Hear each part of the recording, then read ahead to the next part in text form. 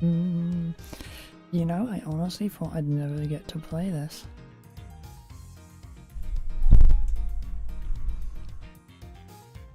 Honestly, I didn't think they'd ever release it. But here we are.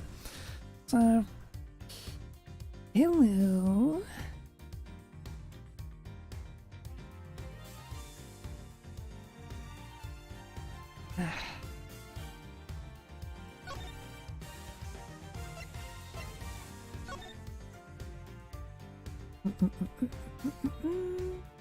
Time to bust out the old Edgeworth toys again.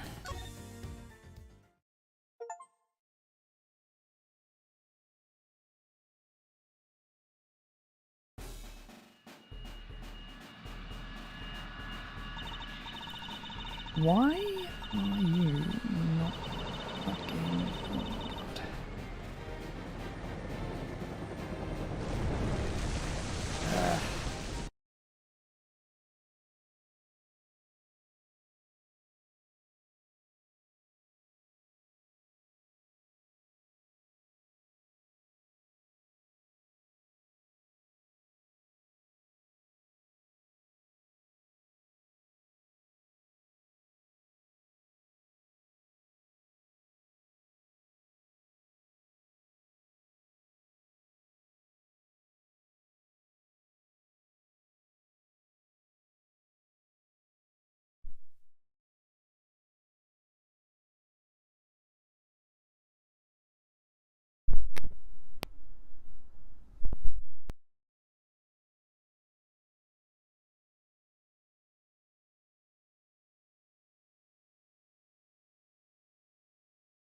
Oh my god.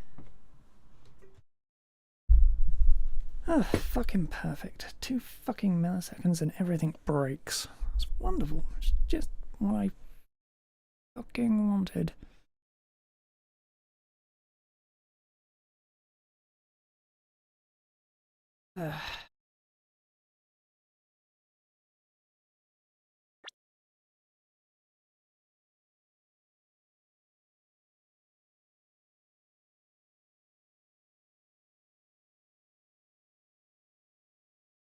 No, that's not working. Wonderful. Perfect. Why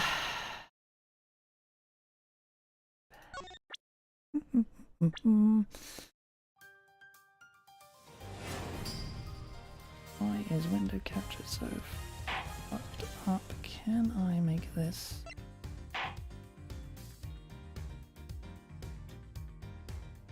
Not too bad.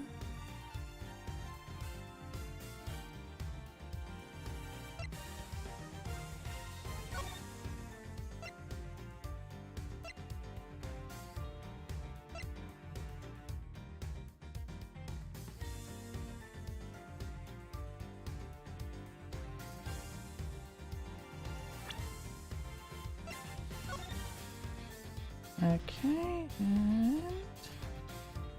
No, right. Ugh.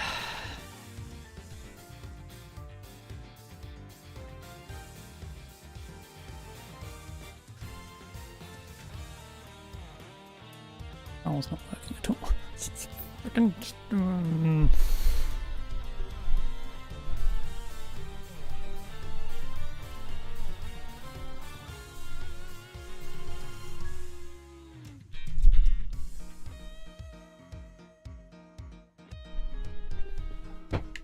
Oh my word. Okay, why are you not working now? Oh, now you're working. Good fucking lord game, make up your mind.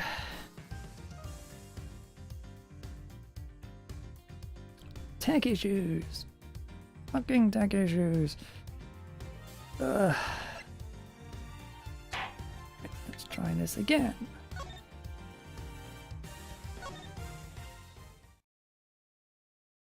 At least it's not freezing this time.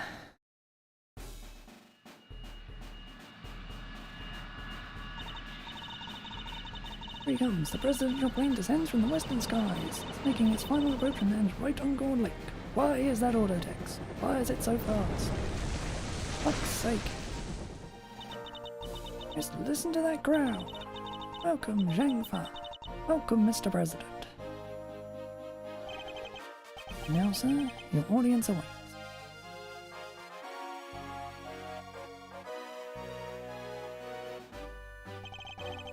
Honored friends and allies, I'm here today to deliver a message. Notice criminals that dog my beloved nation are no more, thanks to the Prosecutor's office of your great country.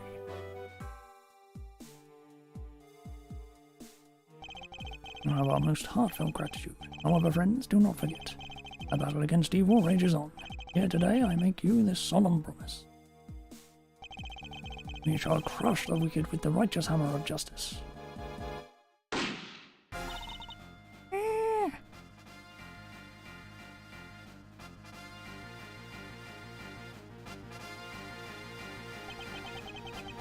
Call the Prosecutor's office. Get Miles Edgeworth here right away. Anyone can solve this, he can.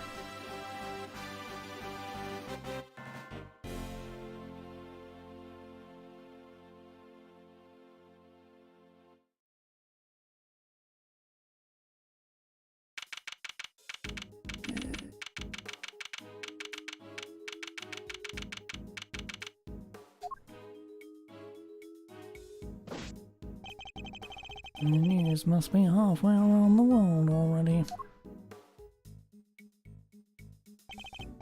After all, it's not every day an attempt is made on the life of a nation's president. My name is Miles Edgeworth, and I work as a prosecutor. I came as soon as I got the call. The moment the phone rang, I knew it was serious.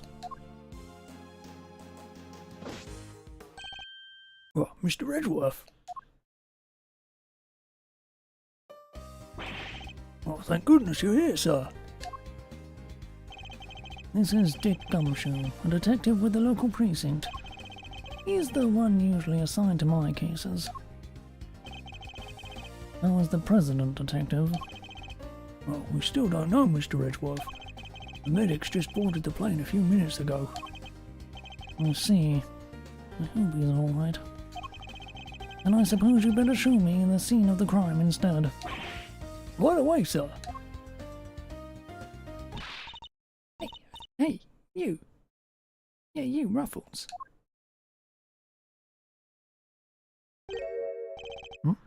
Who's that? You're the prosecutor in charge of this here case, ain't ya? Wanna give me your first impressions? Anything strike you all as odd?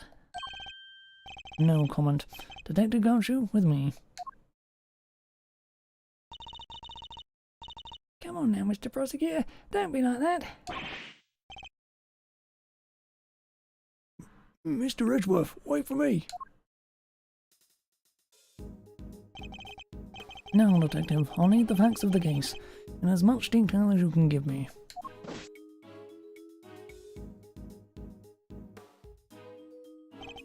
Well, the scene was right here at Gourd Lake, as you already know. A bunch of people were gathered to welcome the president of Zhangfa. Diju Wang, yes, I read about his visit. It's been all over the news for days now.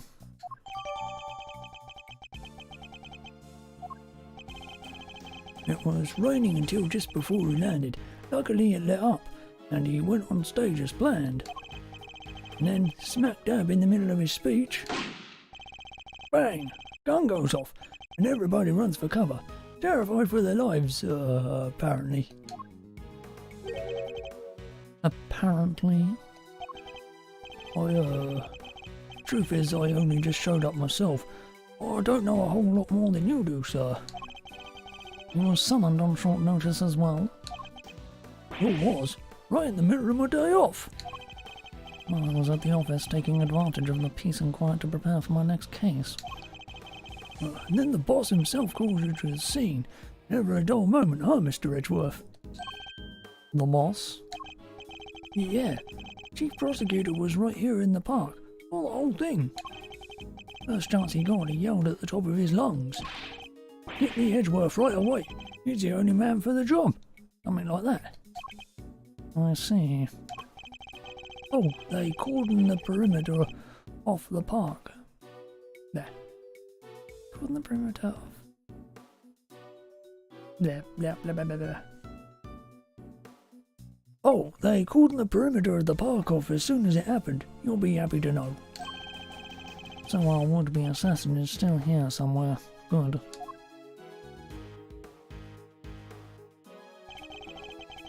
But now all you got to do is find him in the middle of that crowd before they strike again.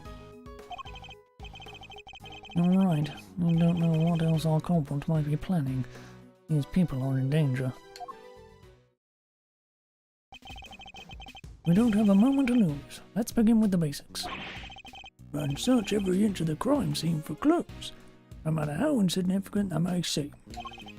Precisely. The president was shot at, which means a gun was involved. That's our first clue. Alright, duly noted. Detective Gumshoe. How exactly was the security detail surrounding the president's speech organised? Well, sir, our officers were mainly focused on securing the perimeter of the park. The president's people took charge of the rest. He has his own team of bodyguards. See those guys over there? But maybe we should ask them a few questions. If I want to talk with them, I need to walk over and press A.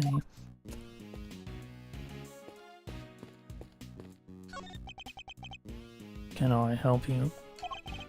You're one of the president's bodyguards, correct? Could you tell me how his security detail was arranged during the speech?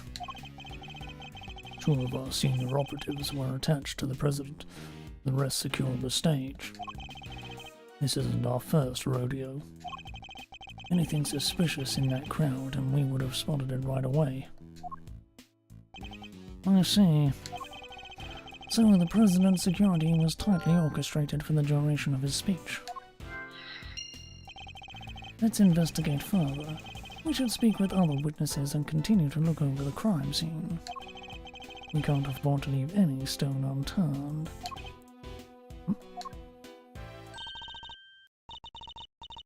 So, that's how you'll go about it, huh? Sure is something seeing the pros at work. Care to share a little about what happens to that information once you got a hold of it? Bystanders. This one seems persistent, but I can't afford to get distracted. Hey, Ruffles, I asked you a question, dang it. What happens next? Well, we put all the information together and try to find connections. Right, sir? Detective? Oh, don't be so hard on the poor guy. The connections, you say. What next? Well, I guess you'd say we connect the dots. Connect one piece of information to another. Mr. Edwards' forte. He's a logic master.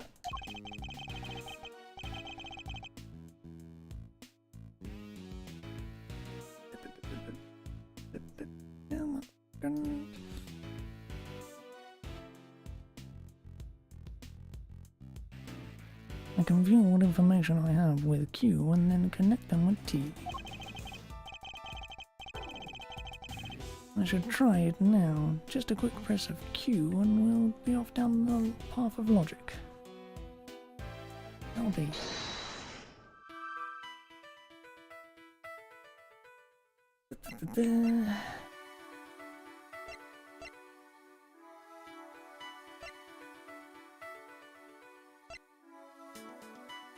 Only up to here, so.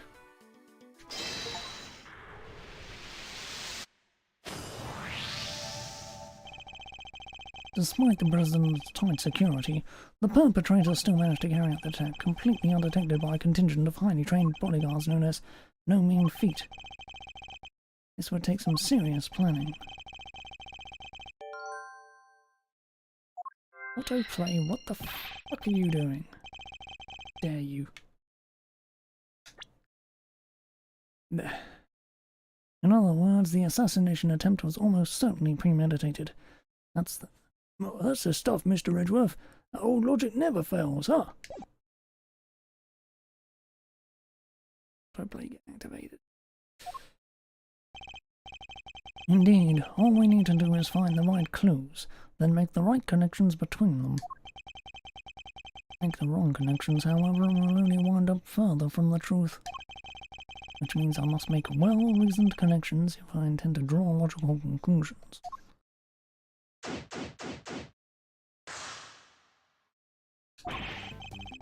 Let's get this investigation started.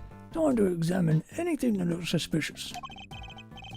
To examine things, I simply need to walk up to them and press A. If I wish to speak with a detective, I should use Y.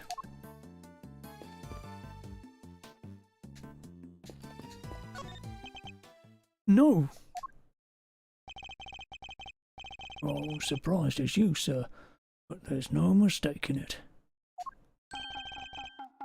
It's the Still Samurai. The Still Samurai, warrior of neo-old Tokyo, a popular TV show. Old, young, it doesn't matter. It truly has something for everyone. Well, it beats me why they had a Still Samurai balloon and a welcome party for a foreign president. It is a little odd, although now that I think about it, what better hero to represent our nation? I must scour the scene and inspect anything that catches my attention.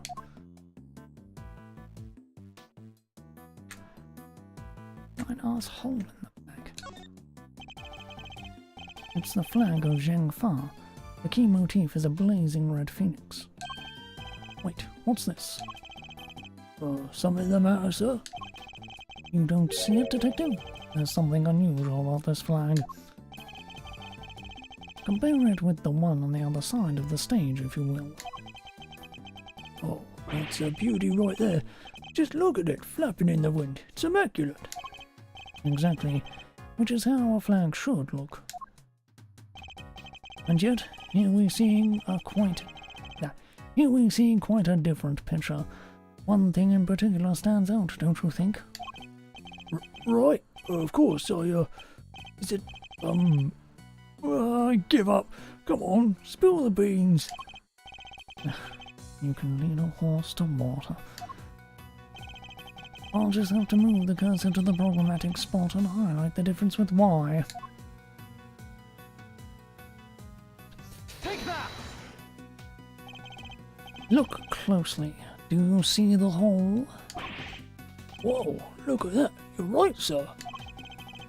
And note the burn marks around the edges. That's a bullet hole, there's no mistaking it. A bullet hole? So you're saying a bullet went through this flag?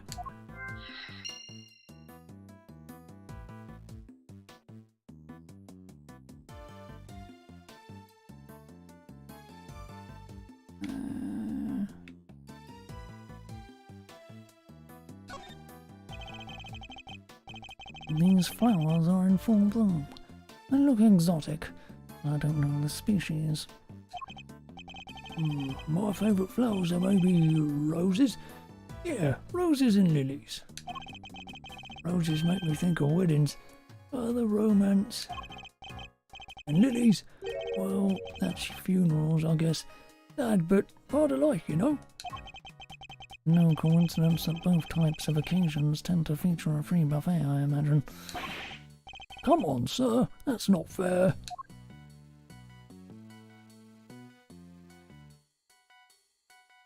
So yellow.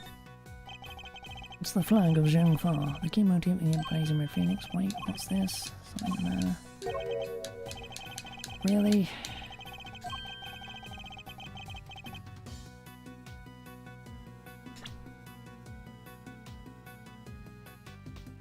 News about the flag. Meh. Why do they say something different now? You don't see a detective? There's something unusual about this flag. The fabric looks pretty fancy, I guess. Must have been expensive.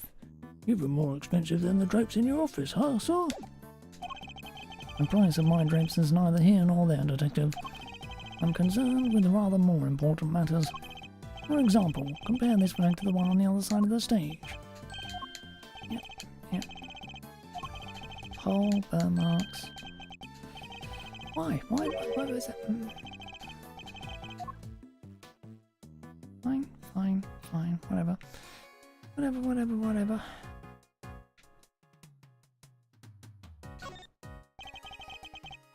breaks your heart, don't it? It does. What villainy could have befallen him? Witnesses said he popped right about when the gun went off, which would strongly suggest that a bullet struck the balloon. Looks like we got a case of cold-blooded samurai murder on our hands.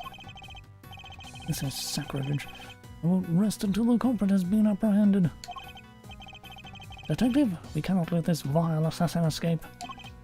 We won't, sir. You can count on it. I think I've gathered enough information for the moment.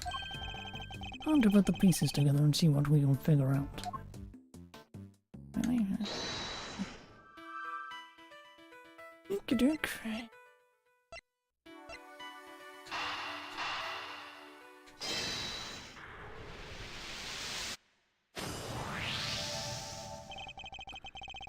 There is a bullet hole on the flag, and it seems highly likely the balloon was popped by a bullet too. Oh, which means 2 shots were fired, right, sir? Possibly even 3. The president was shot at as well, remember? How you doing? This is, Ace Attorney Investigations 2. Which was released fairly recently in the collection. Which I never thought was actually going to get a release over here, so... Finishes my playthrough of the entire freaking series, so... That's neat. Equally, the hole in the flag and the hole in the balloon could have been made by the same bullet. What we need to know is how many gunshots there were.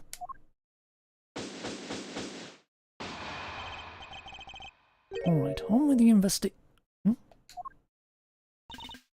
Ruffles! Ruffles! You all figured something out, huh? Care to share? Who exactly is she? And why does she keep shouting at us? Rubbernecker, I guess. Seems pretty interested in the case. Come on, give me something here. We do need to speak with some witnesses to find out how many gunshots there were. Fine, let's see if she can tell us anything. There you all are. Tabby Lloyd at your service. I'm looking into the case for, well, just for me right now, but... Looking into the case? Miss Lloyd, was it? Why was... Fucking hate when they automatically advance the text. Miss Lloyd, was it? Miss Lloyd, there's something I'd like to ask you. Well, what can you tell me? Any exclusive details you want to share? How about the pub? Have they made any demands? What about them there ruffles? Where does a fella buy a cravat like that? Hold it! Will you be quiet for a moment?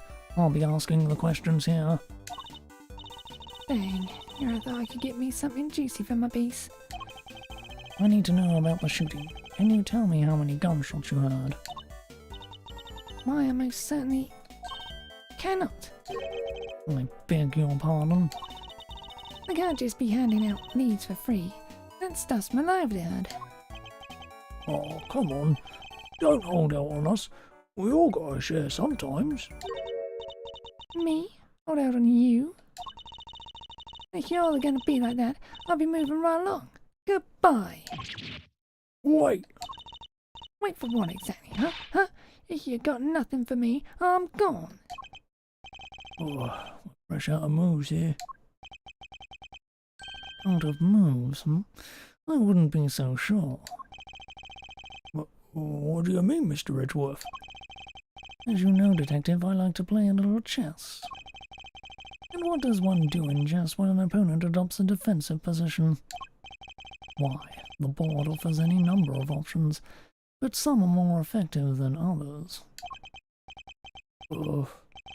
Sorry, sir, but this is all going way over my head. No matter how impenetrable an opponent's defense may seem, It can always be overcome. Watch and learn, detective, as I shatter my opponent's resolve with the power of words.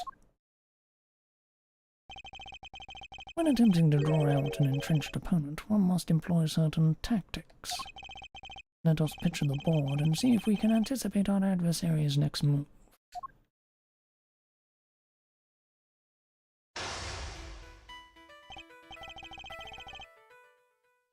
Oh dear God, is this going to be timed? That timer up there, I don't like that. Now, we must analyze the state of play. You ain't getting nothing out of me, not until you give me something in return. My opponent has dug herself in deep. Her defenses won't be easily broken. But I can't afford to try her patience by taking too long to block my next move. Yes you can. You can take all the fucking time you want. Remove that fucking timer up there. In other words, I must be conscious not just of my strategy, but also of the passing time. That said, I can't afford to waste words either. In fact, it can pay dividends not to. If my opponent gets too agitated... Fixing to ask something. When you banged, well, ask it already. I may be able to gain a tactical advantage by calmly biding my time. Then when I see a crack in my opponent's armor, I pounce. I should begin by finding out what it is that she does. Alright, time to make my opening gambit.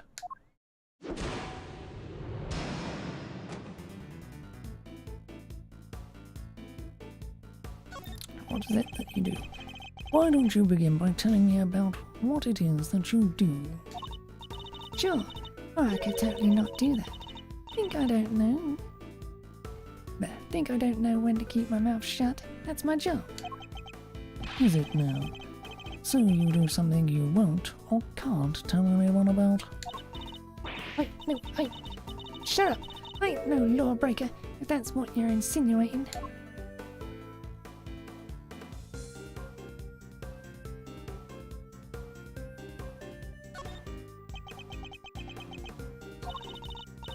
I'm a law-abiding, everyday citizen, and you got no reason to say otherwise.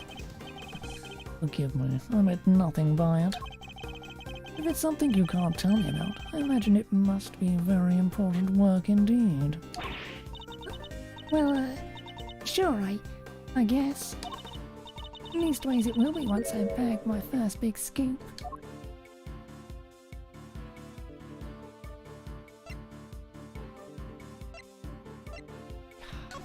That timer. I see, it's a scoop you're after. So you're a journalist, is that correct? Dang. Sure. I'm your friendly neighborhood reporter. The hungriest cub on the beat. That's the mystery of what she does for a living solved. Perhaps our hungry young cub has gathered information vital to the case. Let's make that our next line of inquiry.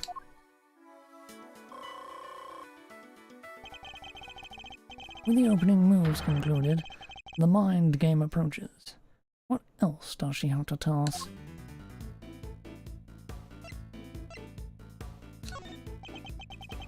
You're a reporter, which means that you must have been making a record of some kind. You got more questions? You gotta give me something first, that's the deal. I'm not in the habit of making deals. Now tell me what I need to know. Sorry, Ruffles, can't help you. I don't have a clue as to how to push the conversation forward. I'll have to try another tack. At the time of the incident, were you present at the scene of the crime? Come on now, Ruffles. You ain't gonna give little old Tabby something first. Absolutely not. Then I ain't giving you nothing neither. You think I'm a sucker? Think again.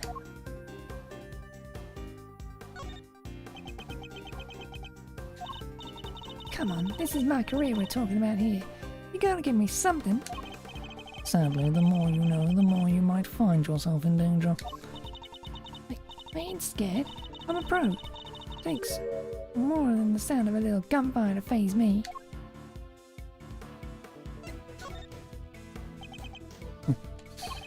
You may be a pro as you put it, but I'd say you're still a little wet behind the ears. You say you heard gunfire, which proves you were here at the time of the crime. Therefore, you must have seen something. Double dang. Fine, I was here. I saw it. Came to report on the big speech. Wound up reporting on a shoot. And you won't get more out of me than that. I'm done with your tricks, Ruffles. If she came to report on the event, she must have made a record of some kind. A record I would very much like to get my hands on. This is quite a clue as to where to take the conversation next.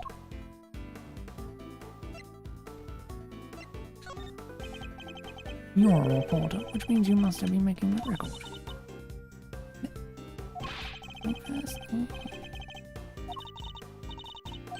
Say anything. Time to deploy my clue.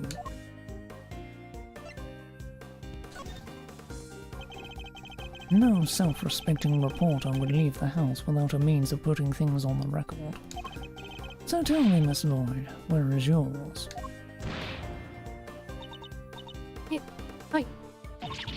Of course I made a record. I told you I'm a pro. Dang near wore my shoes out running around on this one. Which is why I'm not about to just hand it over to the first person who asks me. I'm not just anyone, young lady. I'm the prosecutor in charge of this case. Don't you young lady me. You ain't getting it, no matter how many times you ask.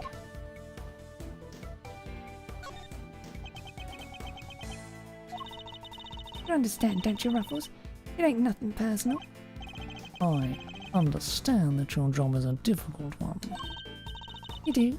Well, ain't that sweet? And in such a competitive field, you must sometimes doubt that you'll ever succeed.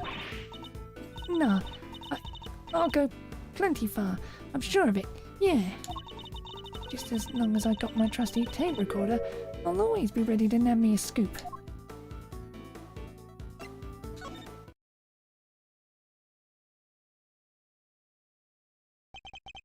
Intriguing.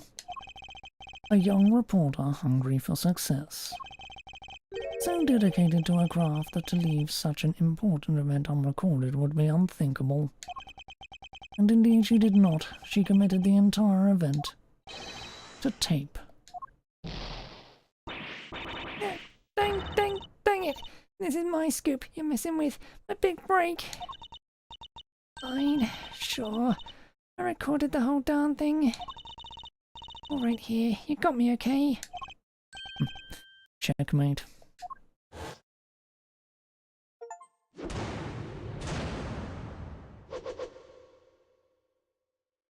Kind of fun. Don't like the time limit though. You're something else, Ruffles. I was trying to be strong and silent, but you had me singing like a canary. Never mind that. Now play us the tape. They should finally tell us how many shots were fired. Fine, you can hear it, but I got conditions. You played me like a fiddle, Ruffles. Only the chief ever played me so good. So you gotta agree to be chief number 2, and be mentor to a rising star, aka me. Well, chief number 2, huh? Kinda like a second parent. That's a big responsibility, sir. One more thing. I want exclusive reporting rights for the first 24 hours. Come on, you gotta say yes. What kind of mentor wouldn't give his star pupil the exclusive, huh? She's a difficult woman to refuse. I need to hear that recording. 24 hours is more than I can promise, but the story is yours until the case is solved. You're with chief number 2? I think not.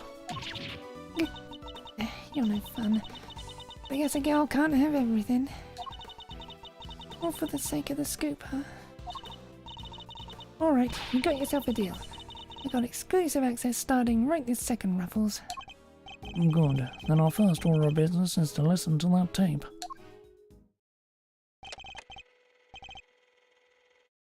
Work chick. Honored friends and allies, I'm here today to deliver a message. The odious criminals that dogged my beloved nation are no more. And the President's speech. The President passionately addressed the assembled crowd.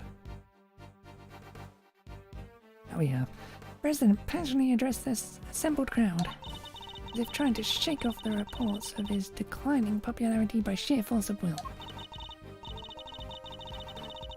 That there's me. Can't be a little live commentary to set the scene.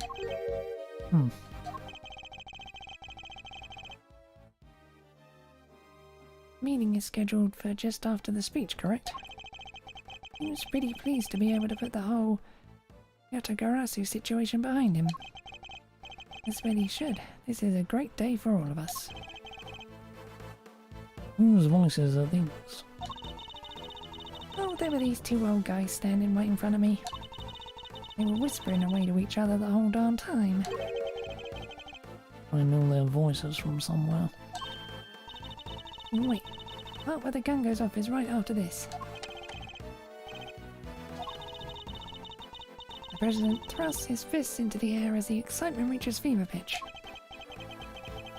The battle against evil rages on. Here today I make you this solemn promise.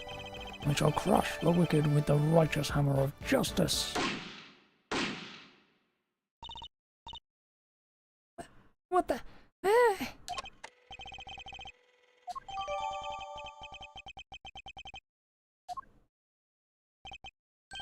So, 2 shots were fired. Yep, and that tells us something? Something very important indeed. It allows us to deduce the trajectory of one of our bullets.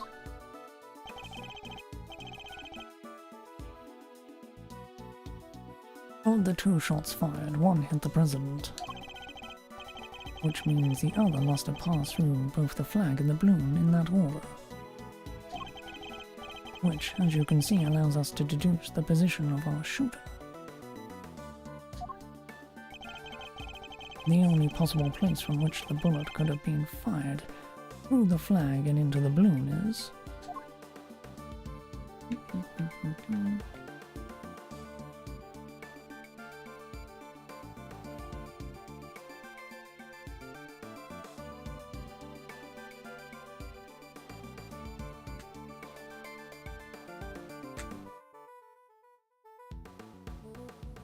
here?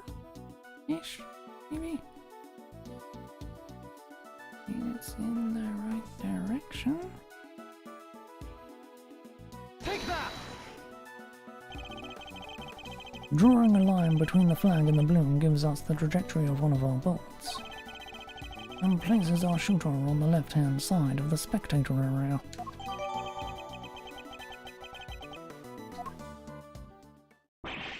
Well, you're a genius, Mr. Edgeworth. Detective Gumshoe, I need to examine the left side of the spectator area. Roger that, sir. So you need me to clear all those people out of the way, I guess. I do, and what evidence remains to be found may already be deteriorating. So I'll need you to be quick about it. Yes, sir. Chief, I'm talking to you, Chief. I suppose you mean me, Miss Lloyd. Surely do. Yeah, I surely do. You gotta let me help out. This stuff's my forte. I'm the best crowd herder you ever did see. I'll prod, pummel and push 'em wherever you like. Very kind of her, but I think a less hands-on approach might be preferable. Also, about this chief business, I am nobody's chief. Whatever you say, Mr. Edgeworth, sir, your wish is my command. I somehow doubt that.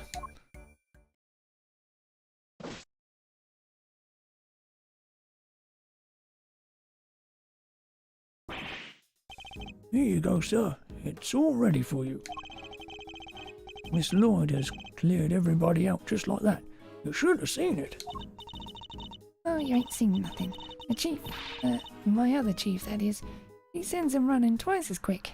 It sounds like quite a formidable character. Perhaps I should go easy on the poor girl. Thank you, but you really shouldn't have all that running around. Your clothes are covered in mud. Allow me to pay for the cleaning. It's the least I can do. You mean my jacket? Oh, don't you be worrying your pretty little head about that. It's reversible. All you gotta do is switch it around and like a zap, and we'll do it. On the outside, perhaps. But you'd still have something of a problem with the inside. Well, we're ready to get back to an investigation whenever you are, sir. Crowd has trampled the entire area. We'll be lucky to find any traces of our shooter at all.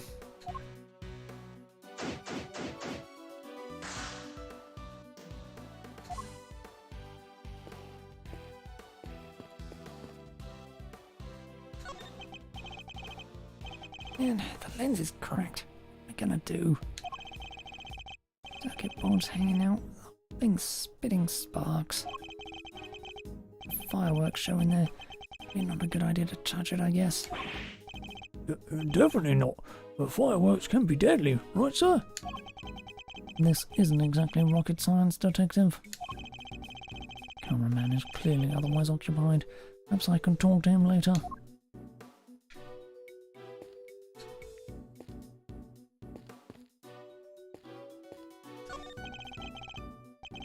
The television truck appears to be stuck in the mud.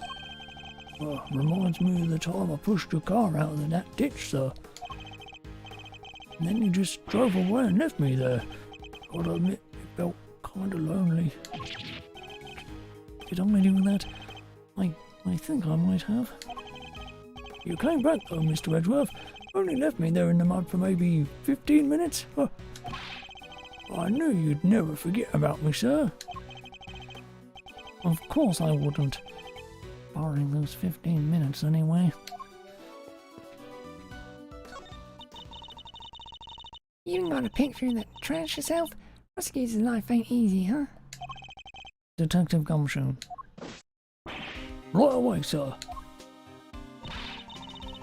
A faithful detective scrabbles through the garbage as the prosecutor looks on, his hands unblemished. Well, let's see now. Come repop our little treasures.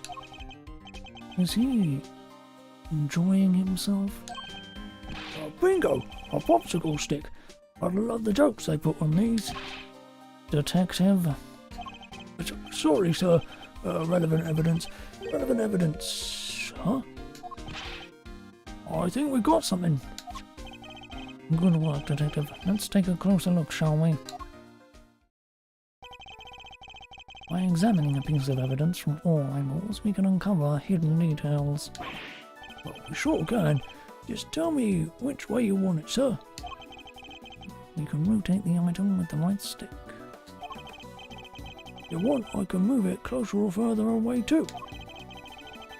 I can use LB to examine an object up close and RB to move out for the bigger picture. And when you spot something, just say the word.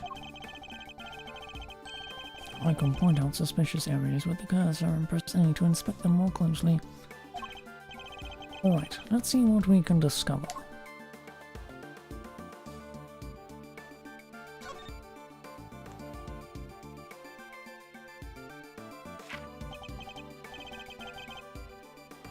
This is a document of some kind.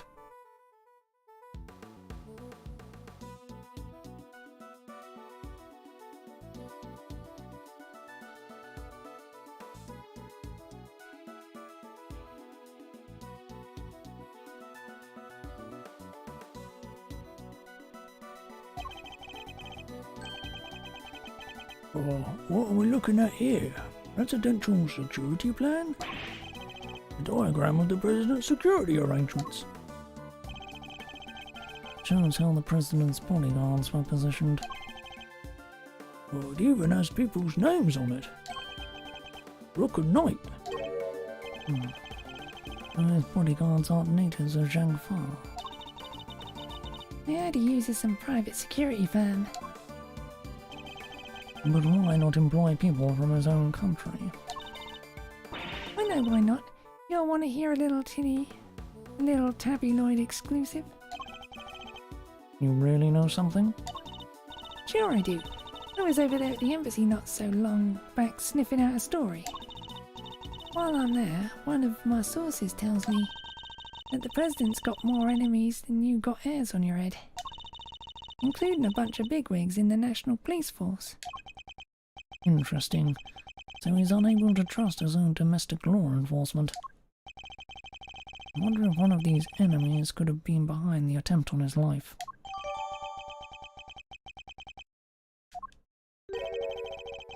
But what was it doing dumped there in that bag?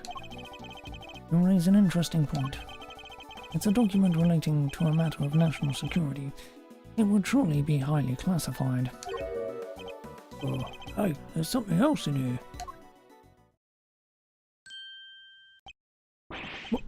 My.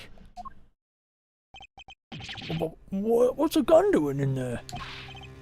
Sir, this bag, it's got to belong to the... Yes, it could well have been disposed of by our would-be assassin. A revolver. It would have taken a lot of nerve to dump it here amid all the chaos. Could this be the work of a professional? Well, that would explain the security plan too. I think we need to take a very close look at our latest find.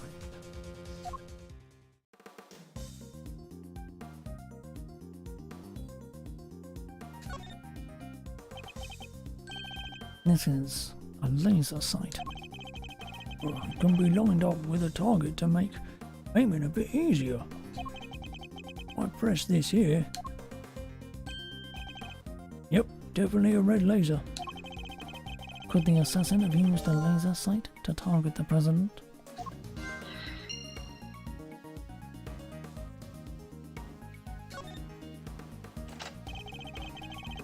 Two spent bullets in the cylinder, matching the two gunshots heard on the recording. Well, that proves it. This must have been the weapon that was used.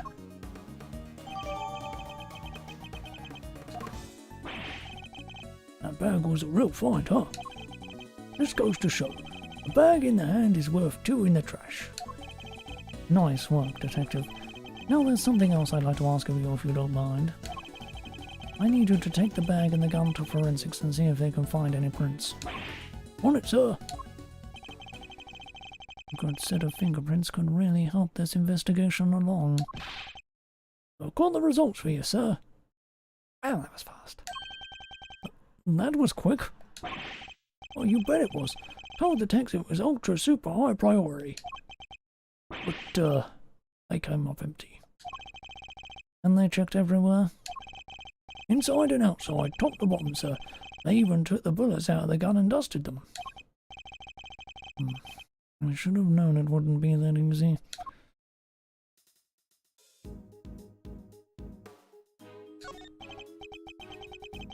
Well, this is quite the interesting... There. That pain? Can't tell. Well, this is quite the situation, wouldn't you say, Mr. Edgeworth? Who is he again? It's Payne, Mr. Edgeworth. Winston Payne. We work together at the prosecutor's office. He's a prosecutor? What brings you here today, Mr. Payne? What indeed? Why, only the invitation of the chief prosecutor himself. His voice, I recognize it from the tape recording. Was he one of the men who was standing in front of Miss Lloyd? And where is the chief prosecutor? He had to leave, I'm afraid. He's a busy man. They let him and only him out through the cordon. So he had me summoned on short notice and then left before I even showed up. Rude.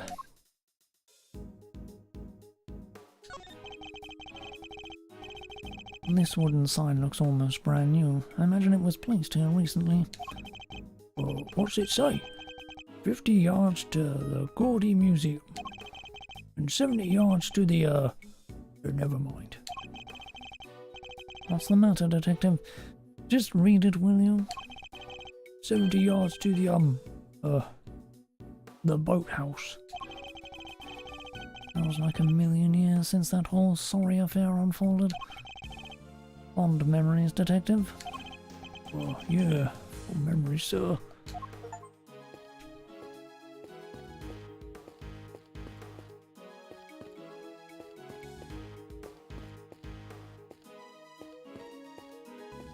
She told you, didn't I?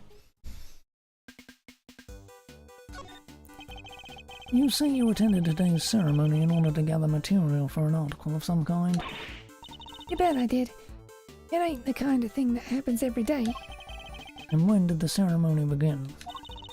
Right after the rain stopped. We got lucky. It was raining all morning before that. Anyhow, the president's plane touched down right around 1:45. And the speech started at 2 on the nose. And what about the shooting?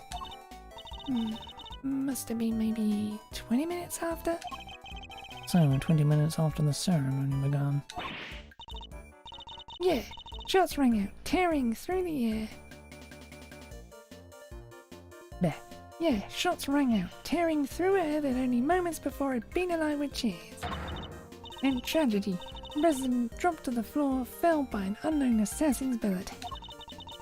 It's 2:25 p.m. on March 25th, and I've been reporting to you live from the scene here at Gourd Lake. What was that all about? Sorry, just making some voice notes. Gotta get these ideas down the second they come into me old noggin, you know? Ain't every day you get to report on the assassination of a president, after all. It's dramatic, it's emotional. Got everything I need to write an article that puts the readers right there on the scene. Did the president really drop to the floor?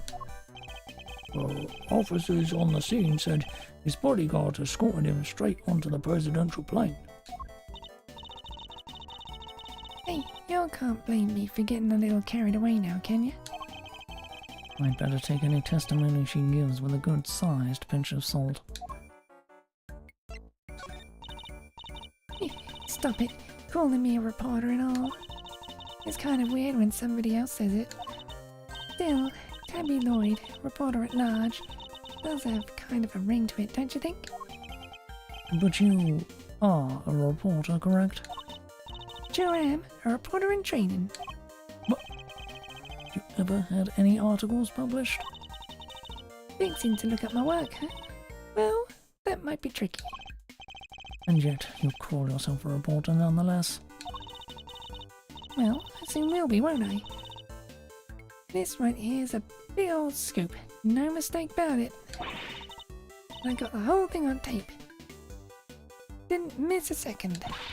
It's all thanks to my trusty mic, and my even trustier tape machine. I'm about to set the journalistic world on fire, just like my mentor before me. You know the Chief Ruffles, my mentor, my inspiration? No, but you have mentioned her repeatedly. Did I? Can't rightly say I remember. What kind of reporter forgets a thing like that? Well, it's just like the Chief always says. You gotta treat information as irresponsibly as you can. And what kind of mentor says that? Oh, you should have heard her the day she gave me this here tape machine. You be sure and bag yourself the juiciest, sneeziest scoops you can hear. You can now, you hear? Wonderful. So you're the kind of reporter who sees fire under even the faintest traces of smoke. Nah, I'm the kind of reporter who puffs on the fire till the smoke about chokes you. Oh, was that any better?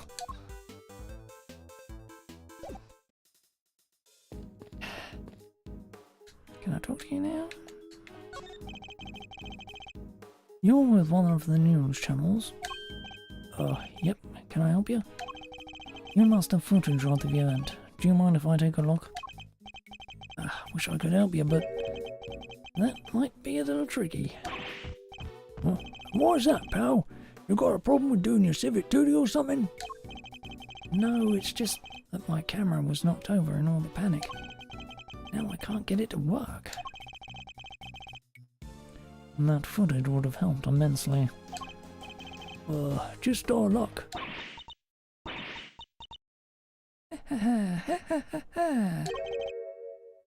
What the? You look like you need a little help, Mr. Edgeworth. I know that voice. I don't. Ah, it's Kay. Kay.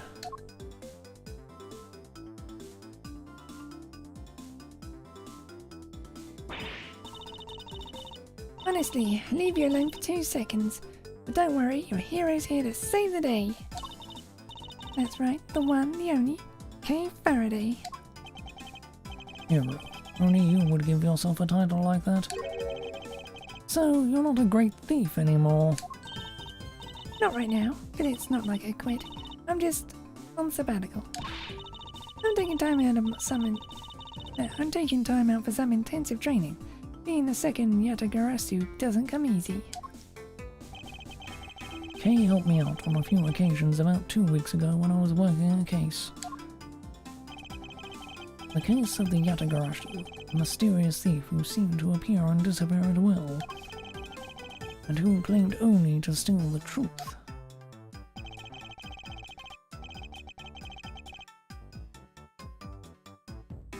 She calls herself the second Yatagarasu, the successor to the so-called Great Thief. It's not a lock I can't open or a trap I can't escape. When it comes to stealing, well, I'm still in training, but I'll get there soon enough. What are you doing here, Kay? What do you think I'm doing? I've been enjoying the festivities, of course. I suppose you did mention being fond of such things. And afterwards I was thinking of dropping by your office to see you guys. Now I don't have to. Oh, good to see you, kiddo. As bright and breezy as ever. Hey Gabby, how you been? You're looking pretty full of beans yourself. So, Kay, are you really here to save the day? Yep. Prepare for your jaw to hit the floor. Your best pal in the world here only went and took pictures of the whole shebang. Did you now? Then you'd better show them to me. Wow, your jaw doesn't even drop an inch. What's a girl gotta do to impress you, huh? I know, right? Mr. Prosecutor here is about as much fun as a dang toothache.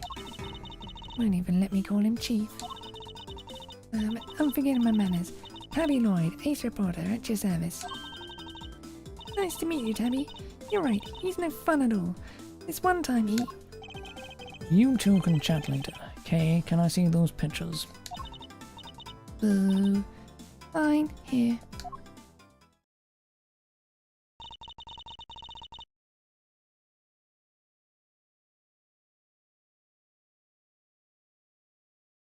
I took this one right when the gun went off. It was total chaos. People running everywhere. There's 2 bodyguards. The names on the security plan were Knight and Rook, I think. What's that? Thank you indeed, Kay.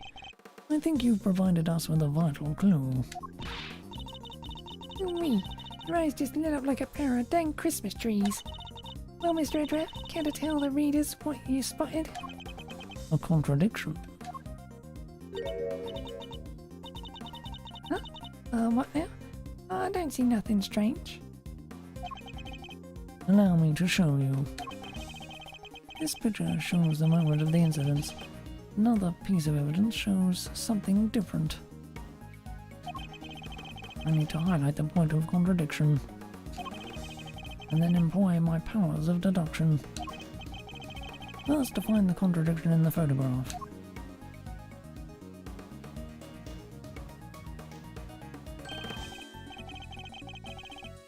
Okay. It didn't actually press anything there, so whatever. Yes, this is it. I'll simply press Y to make my deduction. Now to present the evidence that proves the contradiction. This.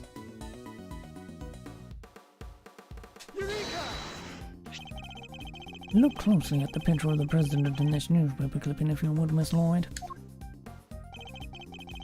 Now look at Kay's photograph. Compare the two carefully. What am I looking for here? B. Indeed. There's something on the president's forehead. Something that wasn't there in the other picture. What is that? Some kind of birthmark? Yeah, guy's got a big red birthmark right in the middle of his forehead.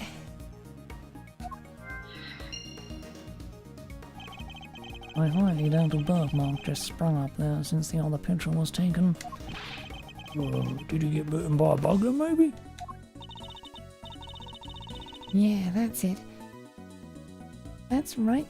There's a big old bug bite. Here I thought it was something important.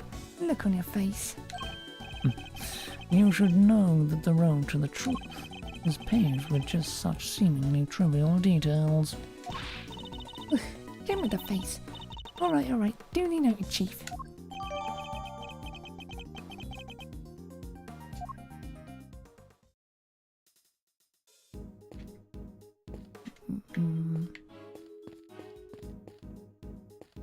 Talk to Kay. Hey, Mr. Edrev. Did you like my big entrance? Bet I really am your hero now, huh? Well, your evidence helped things along, certainly. Hey, I'm the second Yatta arrest, you remember? All in a day's work. Kinda wish I could have shown you how far I've really come with the whole great thief thing, though. The training you mentioned, about that. Don't worry, I haven't stolen anything yet, I promise.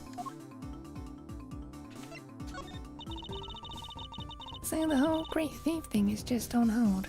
For now, anyway. That's a relief, I suppose. Yeah, I wanted to get out there and start stealing back the truth like my dad. But I've still got a ways to go with my training. I need to find some partners in crime. I hope she means that figuratively. Can't be the only girl in the world looking to pull off the most daring heist ever attempted.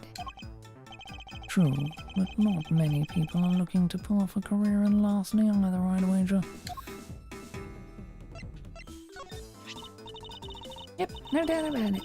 You compare the pic I took to the newspaper clipping, the red birthmark stands out like a sore thumb. That's a contradiction, alright? Indeed, though I very much doubt it's due to a birthmark suddenly appearing. Oh, that reminds me. I might have to steal that line of yours. The road to the truth is paved with seemingly trivial thefts. Funny, I don't remember that being the exact sequence of words I used. Why just rob a house when you can rearrange the furniture too? You may call it rearranging, but I call it irretrievably corrupting. Yeah.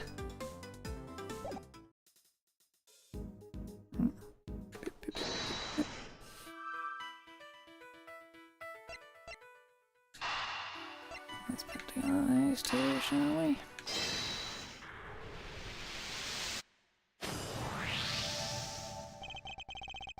I'll solve the mystery of the red birthmark. Really? So it wasn't a bug bite? No, what we're dealing with isn't something that would itch for a day and then disappear. It is, in fact, the beam of a laser sight. Then our killer was aiming to shoot the president square in the forehead. And shortly after this picture was taken, a second shot rang out. It's gonna do more than itch. Indeed. I feel the president Indeed. I fear the president may be in even more danger than we thought. And that the gun we found was the weapon used in the crime.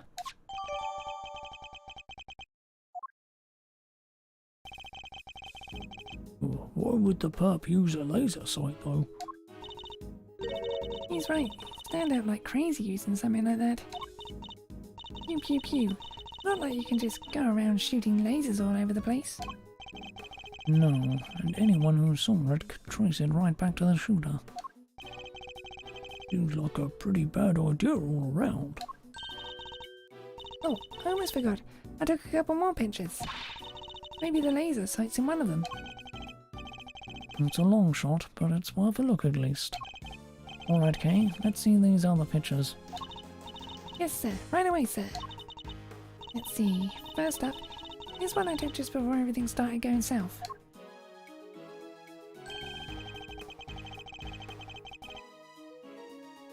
Might be more useful to us if half the frame wasn't taken up with your face. I mean, laser point right there. Hey, can you blame me for wanting to get a selfie with the president? Lucky for you, that was right before the gun went off. And this one I showed you before is from just after the first shot was fired. The second shot came just seconds after this. And there's... What's this? I can hardly see anything. I got knocked over when everyone started running right after that last picture. So I must have pressed the shutter by accident. Not sure this one's going to be much use, kid. That's all of them.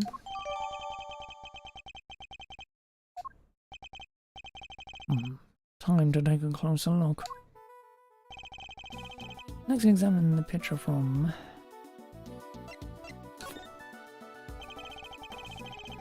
any hint of the laser sight here in this picture.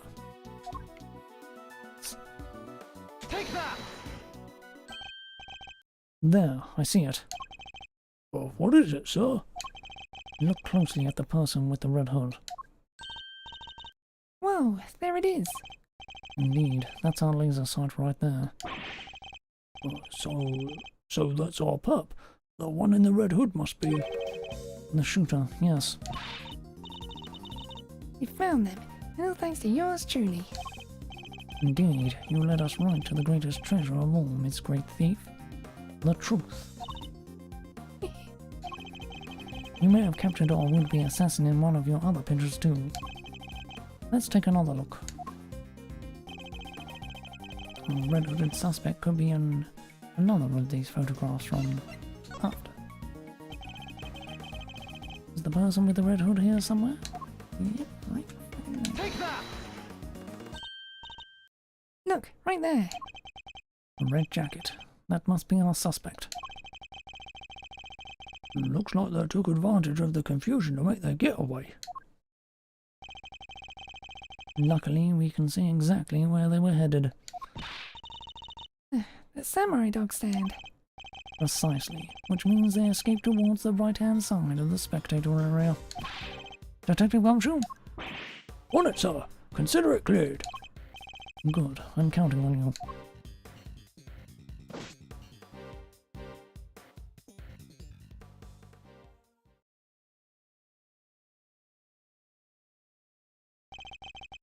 We have you now, my little Red Riding Hood.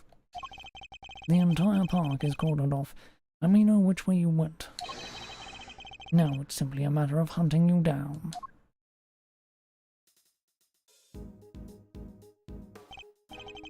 Now, let us continue our investigation. There's evidence here somewhere. All we have to do is find it.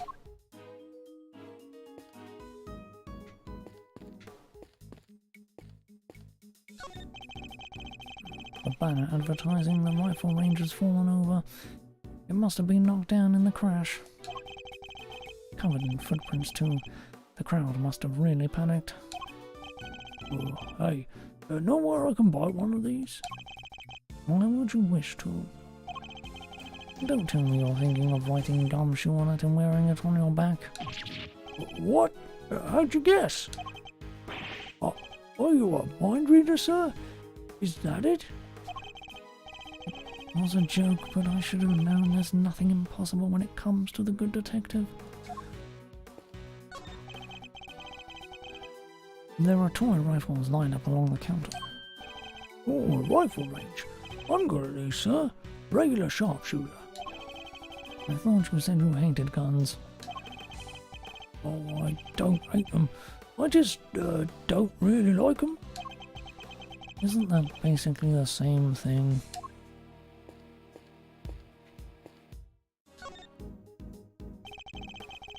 I must scour the scene and inspect anything that catches my attention. What's this? A red button. Hey, do you think? Could it have been robbed by a red-hooded suspect? Yes, it certainly seems likely. I see that thing under the stand. It says samurai dogs. Now we're Sakura Rash, just in time for spring. Sakura, huh? What does that taste like? Well, Sakura is cherry blossoms, so I guess maybe cherries? But blossoms are blossoms and cherries are cherries, so they're totally different things. But alright, I suppose. So what does Sakura really taste like? This is my kind of mystery. It's a flimsy looking food stand made of plywood, and it sells samurai dogs. Well, hey Mr. Edgeworth, I've got $1.50 if you know. You're not actually suggesting I subsidize you eating on the job? I didn't mean to. That is, maybe when we're done? Fine. When we have finished investigating, you can have one. And only one, understand? Sir? Sorry, sir. I never should have... wait. Did you say I could have one? Yes. Why? Is something the matter? No, it's just... I wasn't expecting you to... Thanks, sir.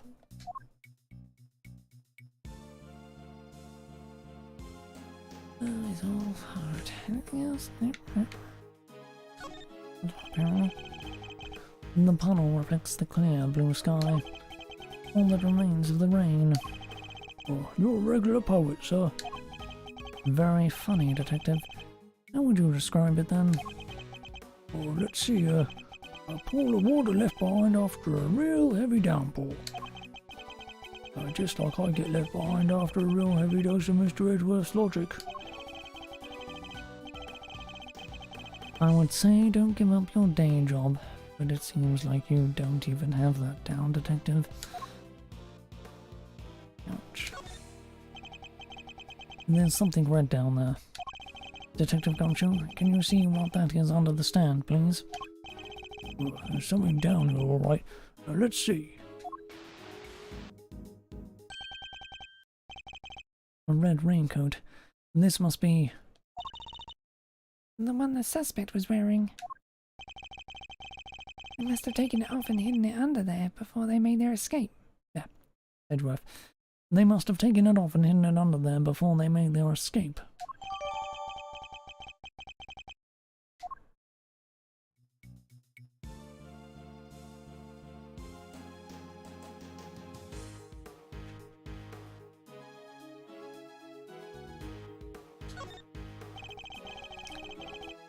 There's nothing unusual left above the sleeve.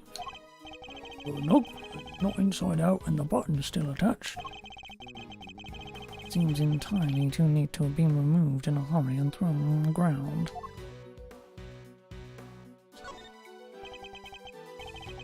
The sleeve, it's inside out. The button is missing too.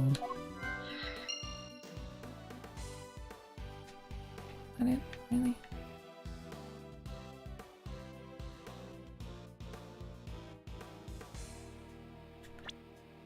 Can I look at...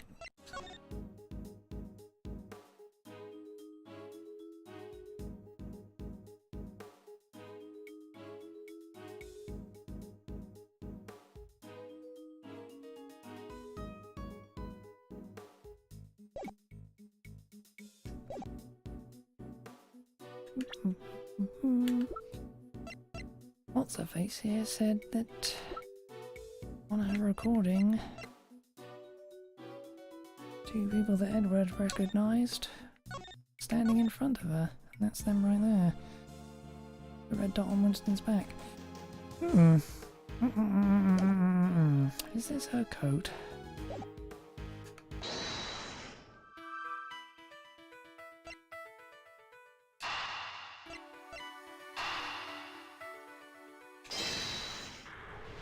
I don't know why I'm putting these together.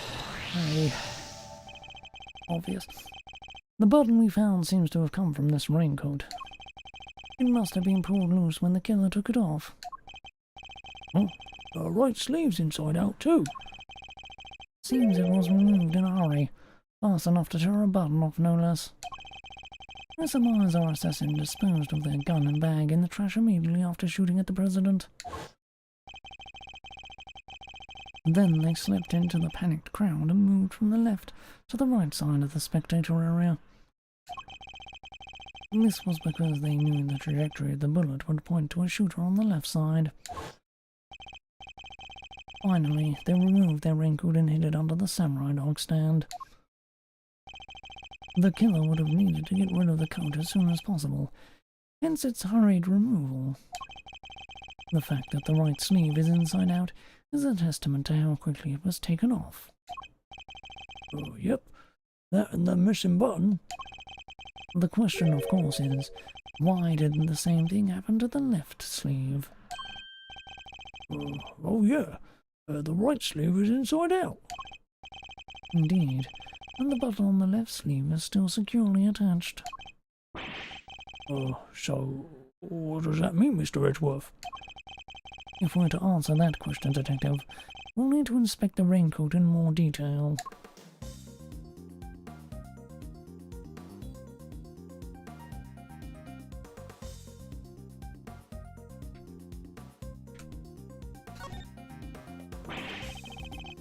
It's a bright red raincoat, sir. Red as red can be. The sight of it is getting me kind of fired up, I gotta say. Quite the raging bull, aren't you, Detective? Well, that's me, sir. I'm always ready to charge into action. Yes, all to my defense.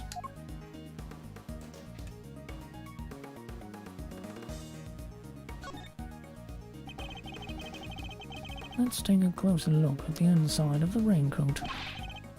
Detective Gumshoe? Oh, yes, sir.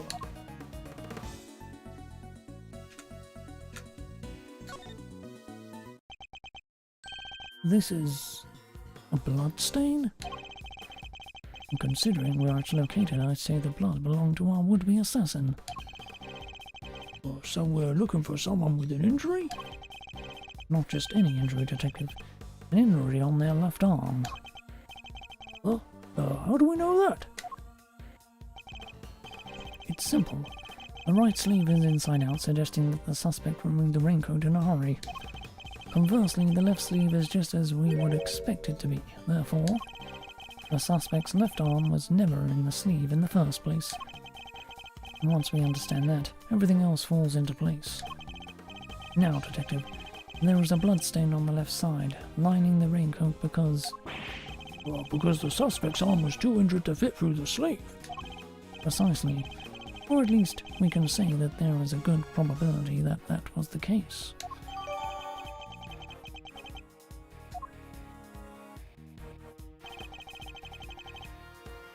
The pieces are starting to fall into place. Detective Gumshoe, I need you to go and search the crowd for likely suspects. Yes, sir. Suspicious characters with injured left arms coming right up.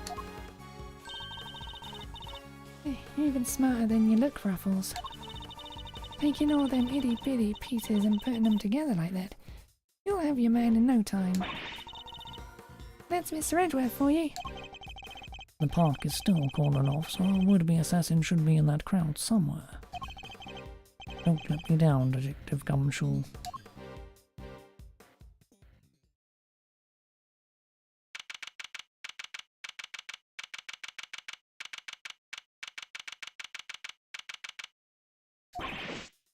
Mr. Edgeworth, we found someone who fits the bill perfectly, sir. We didn't have the assassin, Gummy. Hold on, Kay. It's a little soon to be jumping to conclusions. For the moment, they're a person of interest and nothing more. Understood? Okay, no jumping. But he's our shooter, sir. I'm sure of it.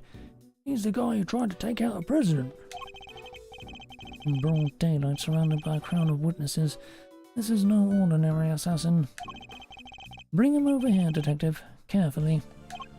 Oh, yes, sir. Come on, boys. You heard Mr. Edgeworth.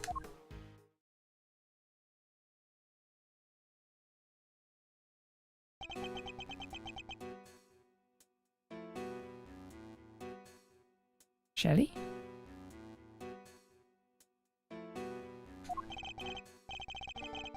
Oh, it's Shelley together. No umbrella and a bandage on his left arm. Well, pal, state your name already. Doe. John Doe. Charmed, I'm sure. John Doe. Not a name you often hear in real life. That's correct. I know this man from somewhere, I'm sure of it. And you are Prosecutor Edgeworth. You know my name?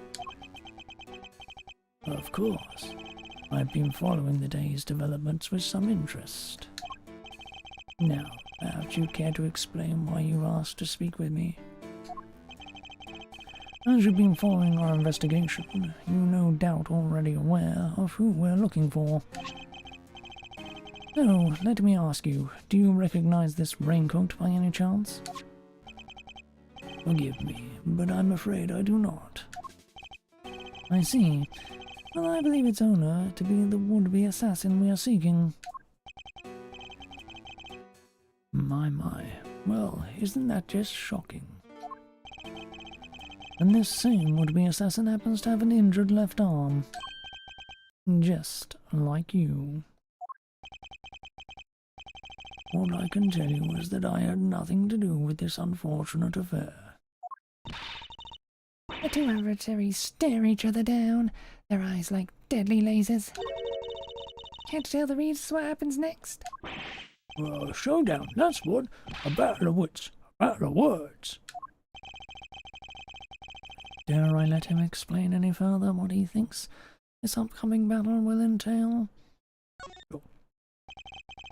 In a battle of wits, you never know if or when the other guy might be lying, or just plain mistaken.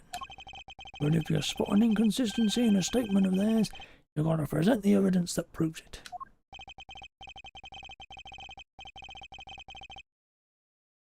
Yeah. And to do that, I'll need to first open my organizer with RB and then press Y to present my evidence. And what if there are no inconsistencies to find? Well, then you change tack. You press for more information and see what you can shake loose. Indeed, I can press my opponent with LB. Why don't you show us how it's done, Mr. Edgeworth? Stepping up to the bat, our nation's top prosecutor. Once I meal together my thoughts, yes.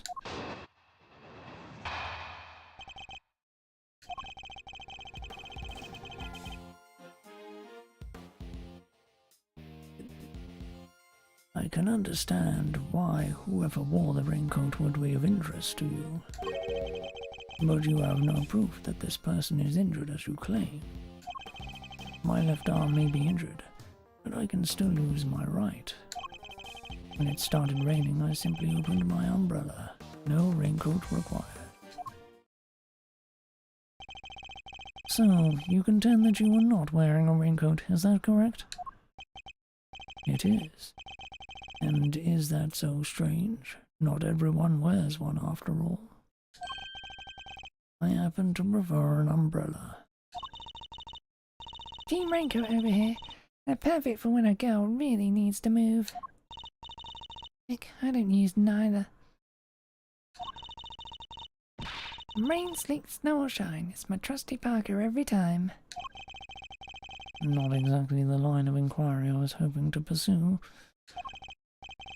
So you see, I am not your would-be killer.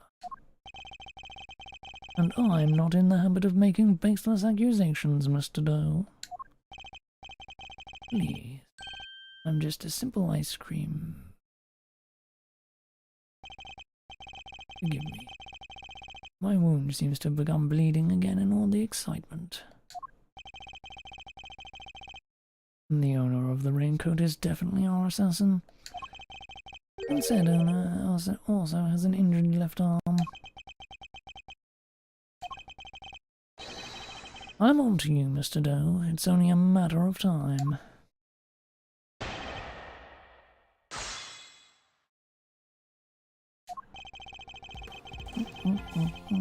Hold it! Press everything. So you admit that whoever wore the raincoat is a person of interest? I know they are. I was able to follow most of your investigation from the spectator area.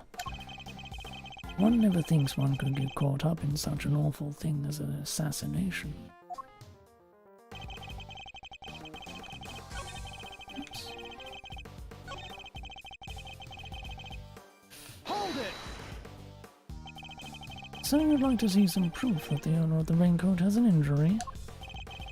I would certainly expect such a renowned prosecutor to have some. I still don't understand how you know who I am. Oh, come on, Mr. Edgeworth, you're famous. Nobody read about you in the newspaper. I have also been observing you and your work, lest you forget.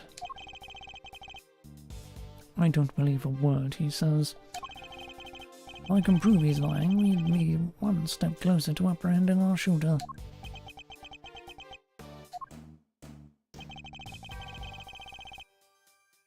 Hold it! That looks like quite a serious injury, Mr. Doe. How long ago did it happen exactly? Oh, not long. That's all you're going to say on the subject? Well, it certainly made serving ice cream more difficult. And stopped me from holding my umbrella while I work. Hold it! And yet, you don't seem to have an umbrella on you at the moment. Didn't the rain stop only a short while ago, just before the shooting? It did indeed. I remember because I was suddenly inundated with customers. That was less than an hour ago. Are you trying to tell me you lost your umbrella in that short a span of time? Yes, that's exactly what I'm trying to tell you.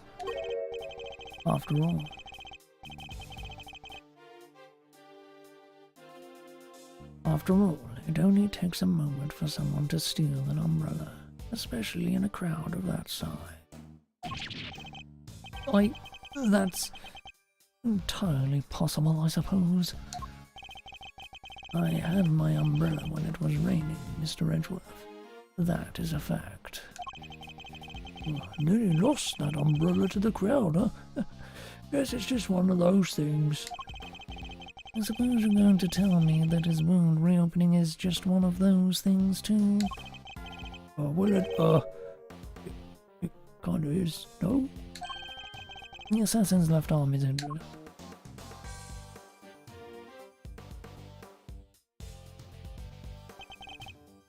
This is Mr. Doe's. Why is it even bleeding as we speak? Alright, that is pretty suspicious.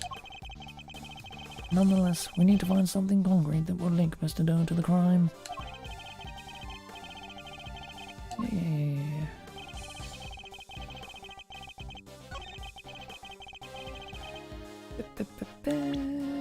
Brilliant. Objection!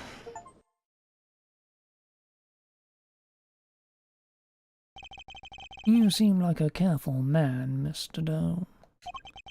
But not quite careful enough. After all, you left something behind. Something of vital importance. I'm afraid you must have me confused with somebody else. The coat does not belong to me. Or do you claim to have some kind of proof to support your accusation? There. Your arm isn't troubling you too much, I hope. Your wound seems to be bleeding again. survive. Although I can't pretend it's not something of an inconvenience. You have my deepest sympathies. Because if it wasn't bleeding quite so badly, you could have perhaps made a clean getaway. What exactly are you insinuating? As we have already established, whoever wore the raincoat is injured. And now I can prove that person was you. With this decisive piece of evidence.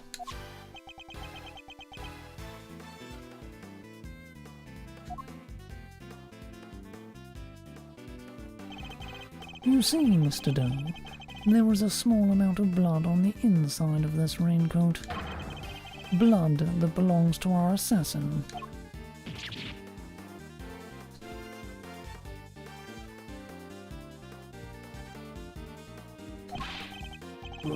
Attempted murder of a foreign leader, causing a diplomatic incident. They'll throw the book at you. You can give us the silent treatment all you like, but we don't need you to talk. A simple blood test will give us the answer we require. All it takes is for us to compare the blood on your bandage with that on the coat, and that will be that. We have the evidence. Why don't you make it easier on all of us and come clean? Admit that you were the one who attempted to assassinate the president of Jiangfa.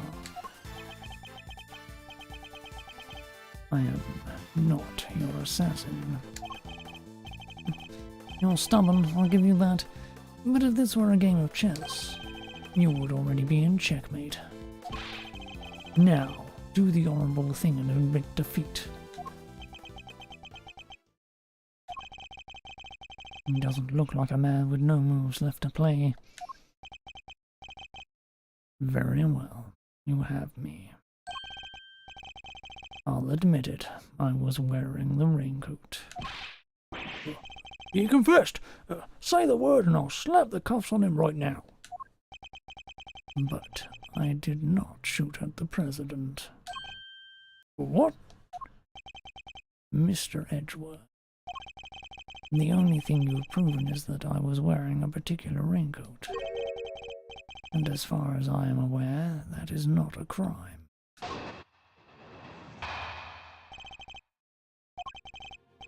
I am no assassin. King professional assassin ass. I am no assassin. I am a simple ice cream seller. One who happened to be wearing a red raincoat while watching the president speak. I was as surprised as anyone when his bodyguards sprang into action and the shots rang out. That's when the spectators panicked and started running and screaming for their lives. Now, are you finally satisfied that I am telling the truth? As if your story stinks. You don't scare me. The evidence is on our side, you know. Look, it's right there, plain as day. The assassin, and they're wearing a red raincoat. Intriguing, but that is not me. Oh, come on. Tell me, Mr. Edgeworth, do you really think I was the only one in the entire park wearing a red raincoat today? I do, actually. But then why? Why does he seem so sure of himself?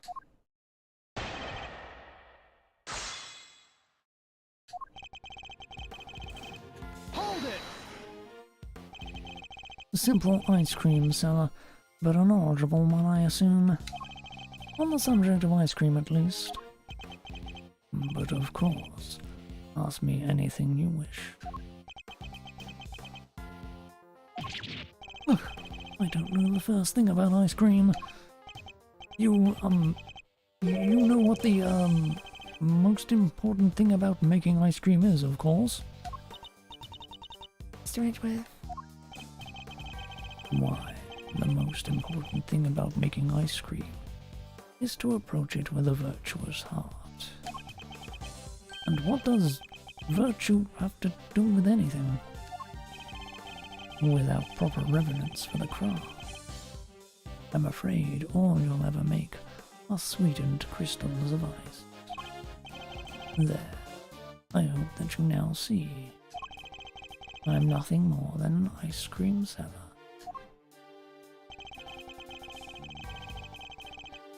Hold it!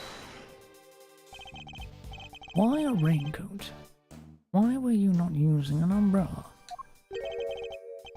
Is that so strange?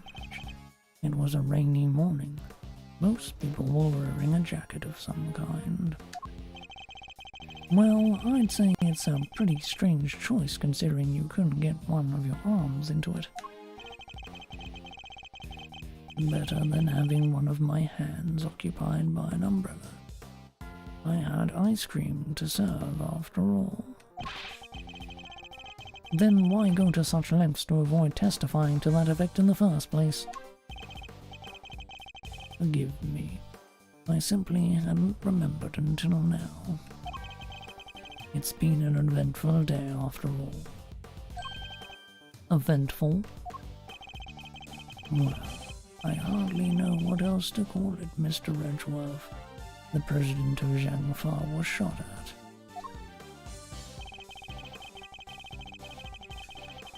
Hold it! So, you saw the bodyguards move before you heard the gunshots? Yes, if I recall correctly, they moved first. At least, the one on the left did. You're rather observant, Mr. Doe. I am blessed with keen eye. The names of the bodyguards were written in the top left corner of the security plan. And the one on the left was Rook.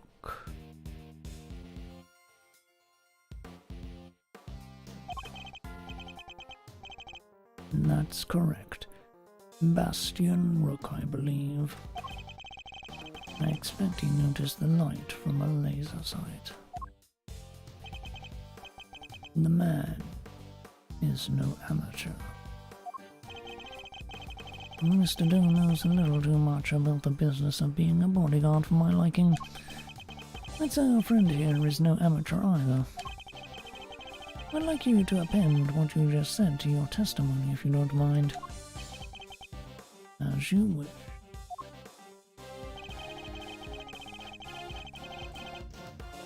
The bodyguard on the left, Bastian Rook was it, was especially quick to respond. Hold it! So the bodyguard on the left was the first to move. By the smallest fraction, yes. He reacted admirably swiftly. His name was Bastian Rook, did you say? It appears you assessed the situation quite astutely. No more so than anybody else, I'm sure.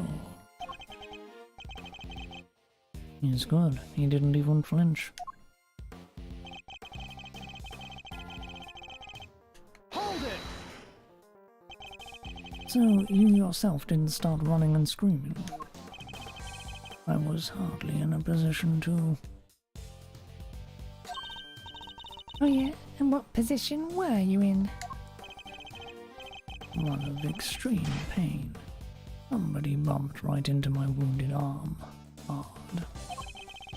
It was excruciating. I thought my eyes would pop out of my head. Yeah, well, they clearly didn't.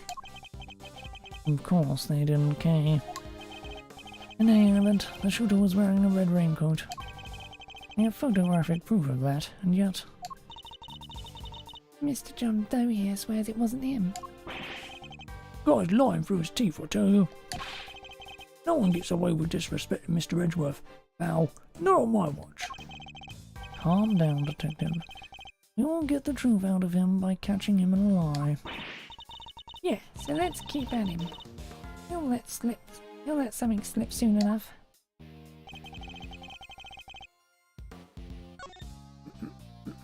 There's a save. Okay.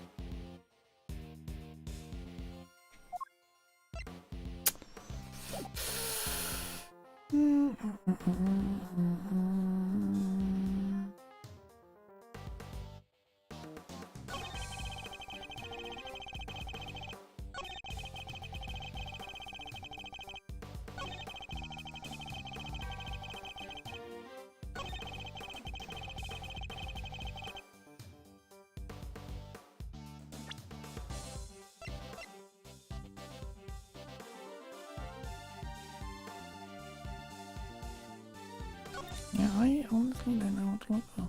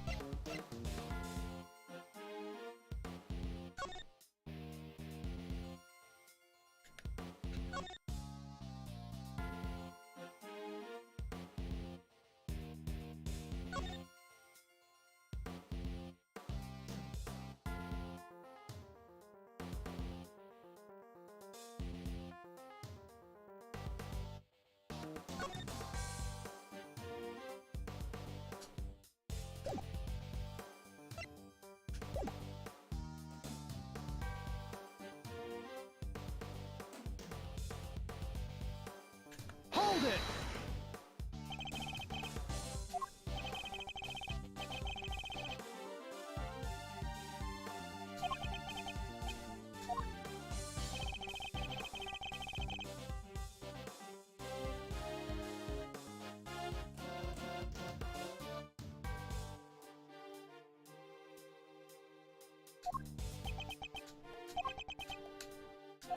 I'm missing something.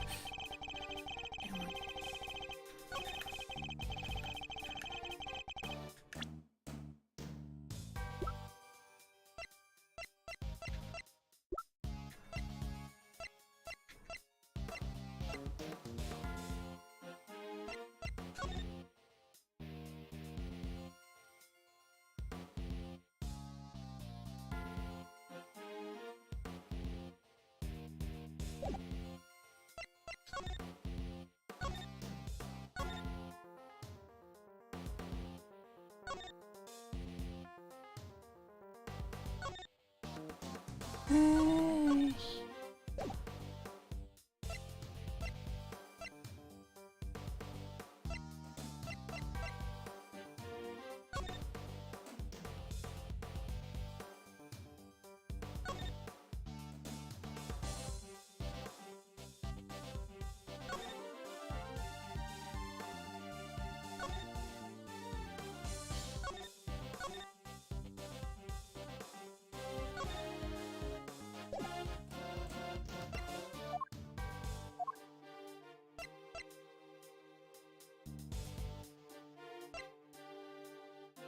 Wow, I am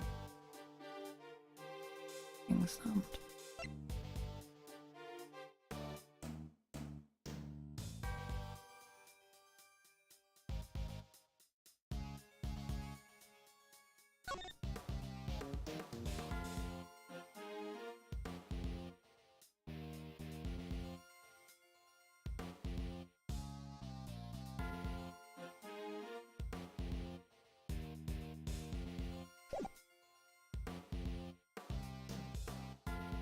Objection!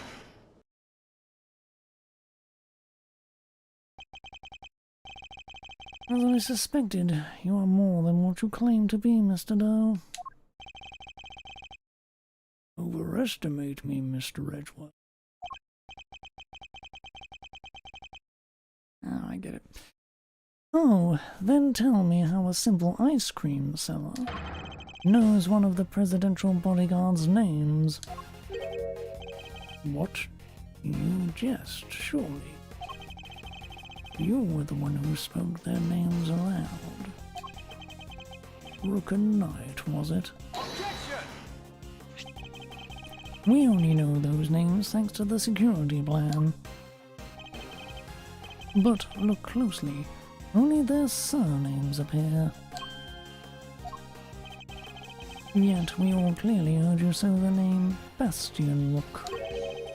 How did you come to possess such information? Information we ourselves didn't have. Well, seems pretty darn suspicious to me. Well, how do you know? Explain yourself. It was merely a slip of the tongue. Another lie. He is the assassin, just like we said. Come now, miss. It's a little soon to be jumping to such conclusions. I did know their names, yes, and the reason for that is... well... I know Mr. Rook. He and I are acquainted. What? We have something of a connection. And his is a name I could never forget. You think we're stupid, pal? Stop lying. I am not lying. I am, as I have always been, a simple ice cream seller. And an acquaintance of Bastion Rook, yes. Objection! And I suppose Mr. Rook will confirm that. It should be easy enough for him to remember his good friend, the slippery ice cream seller, correct? Please, you are more than welcome to ask him, although I think that might be difficult right now. I would imagine he is rather busy ensuring the President's safety. But suppose you are able to speak with him, and he does deny that he and I are acquainted. How will that help you prove I was the shooter? Objection! If you weren't the shooter, why take off your raincoat? Because it was no longer raining. In fact, it had grown quite warm. Far better to let my wound breathe, no? Or would you rather I had let it fester? He actually going to worm his way out of this?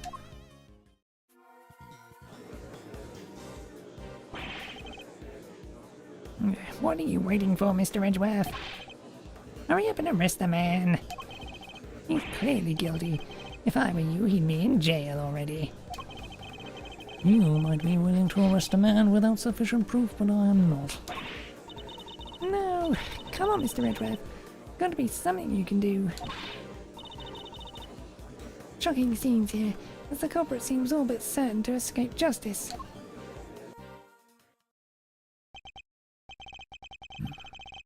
Seems the court of public opinion has spoken. Very well.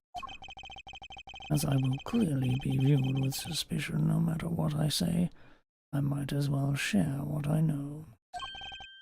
What you know? What's his angle here? I saw them. I saw another person with a red hood. What? Are you kidding? It's the person you captured in your photograph. I first noticed them just before the President's speech began. It was still raining then. Their outfit was the same color as my own, which is what drew my attention. As did the laser beam that was aimed directly at the President's head. He's claiming there was another red-hooded person? Preposterous. I knew that if anyone saw me dressed similarly to this individual, I could fall under suspicion myself. And so naturally I removed my raincoat. Objection!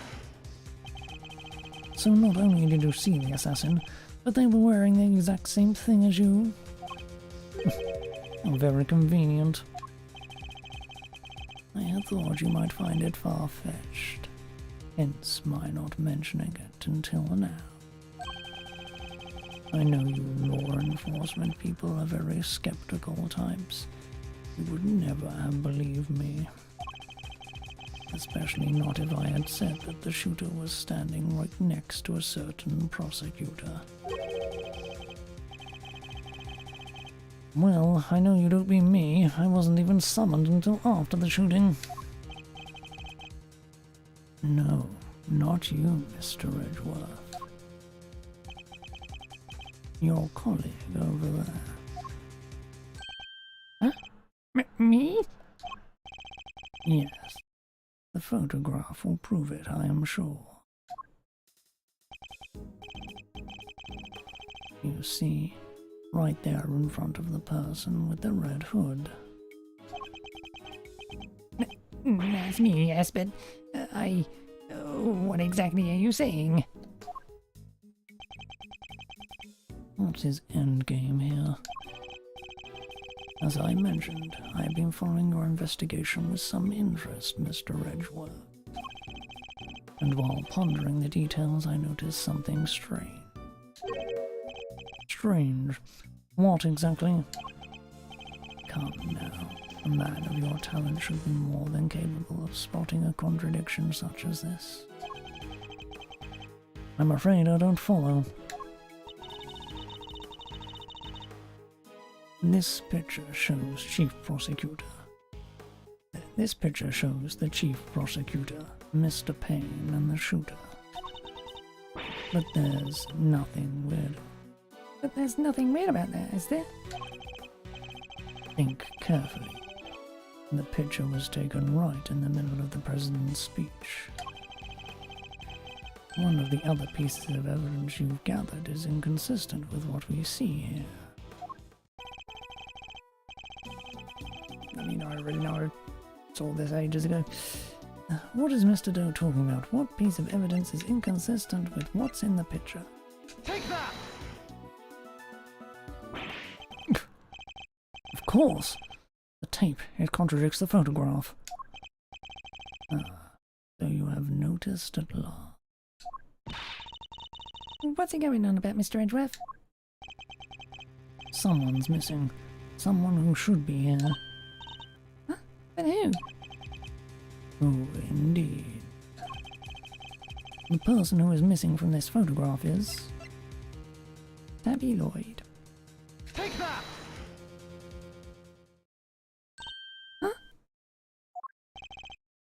Miss Lloyd? How do you figure that? Mr. Payne's voice can clearly be heard on Miss Lloyd's tape. Considering that he was conducting a private conversation with the Chief Prosecutor. Oh, there are these two old guys standing right in front of me. They were whispering away to each other the whole darn time. He must have been very close indeed to capture it on tape. You're right, but she's not in the picture. Precisely. Well, Mr. Edgeworth, do you still believe that you have been hounding the right person? Miss Lloyd, would you mind answering a few questions? Whoa, you're fixing to put me under the microscope now. Alright, sure, knock yourselves out. I got nothing to hide.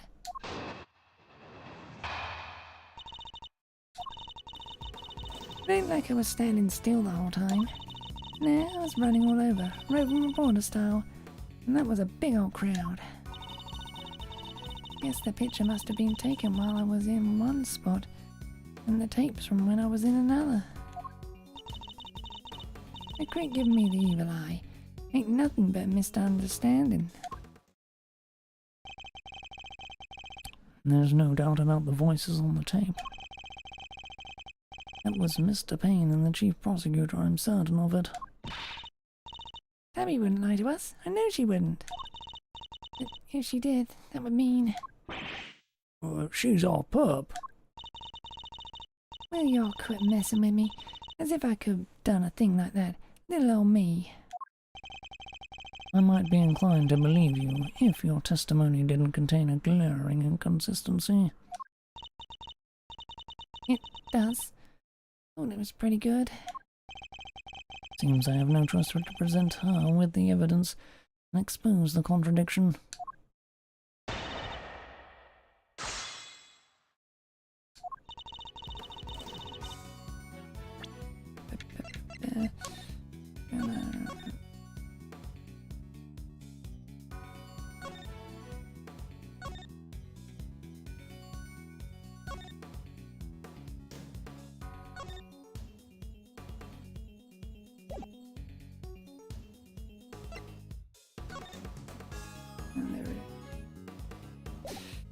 Yeah, ruined tape.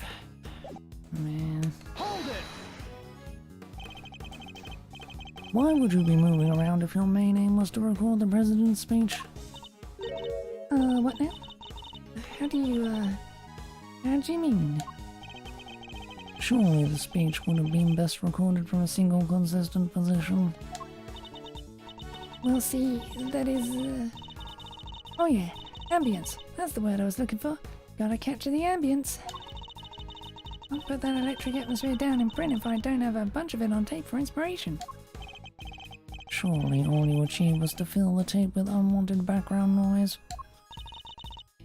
You're questioning my methods now. I don't do standing still, alright? No, I was running all over. Hold it! You were running all over. Where exactly? Here, there, and everywhere, I guess. What y'all don't know what all over means? You think I remember exactly where I was when I in a crowd like that? What do y'all want from me? I'd like you to at least tell us whether you were to the left or right of the stage. Left. Yeah.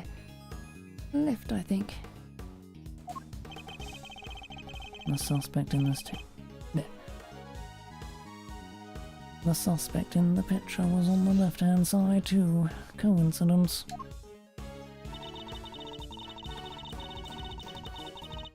Hold it! So, the fact that you were not in the picture is to be expected. Is that what you're trying to tell us? It surely is. I caught your pals, the prosecutors, on the tape while I was in one part of the crowd. And then that picture was snapped while I was off someplace else. Look at it that way, and it all makes perfect sense. Your assertion then is that the picture and your recording were taken at two different points in the speech. Yep, timing's everything. You learn that soon enough in this line of work. Well, if I can prove that the two things did happen at the same time, your entire defense will come tumbling down.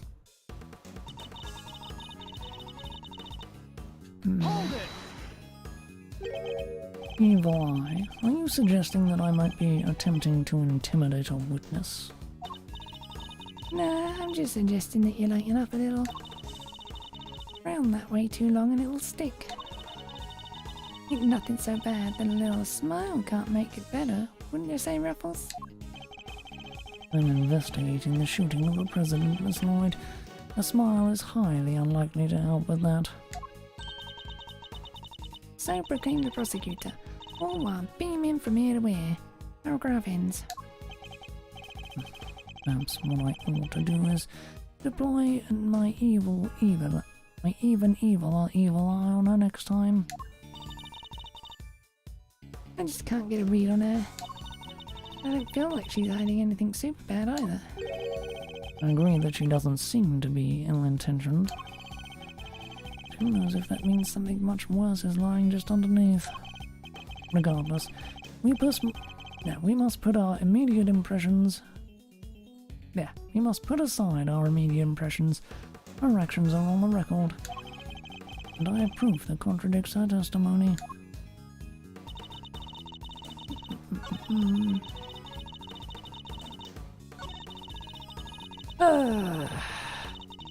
What do I gotta present though? The tape or the picture?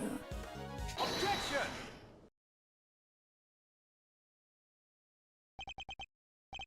Miss Lloyd, it's imperative for a reporter not to lie, wouldn't you say?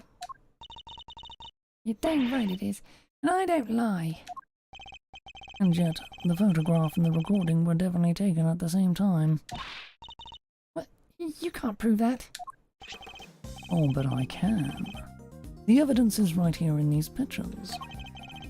This one in particular shows something that lines up precisely with when you were making your recording. What part of the picture indicates that it must have been taken at the same time as Miss Lloyd's recording? Take that! See here, the president has his fist raised. And? What about it? Would you be so kind as to play us the tape again? No, it ain't that simple. What if I were to tell you that you don't have a choice? You don't make it easy, do you, Ruffles? Remember, we are concerned with the moment the President raised his fist. No criminal organization, no matter how big, is above the law. President thrusts his fist into the air as the excitement reaches fever pitch. There, that's the moment right there. Correct. We've now confirmed when it occurred in the recording.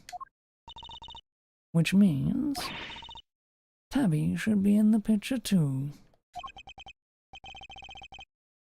And she is, right there for all to see. Miss Lloyd is in fact the person with the red hood. What?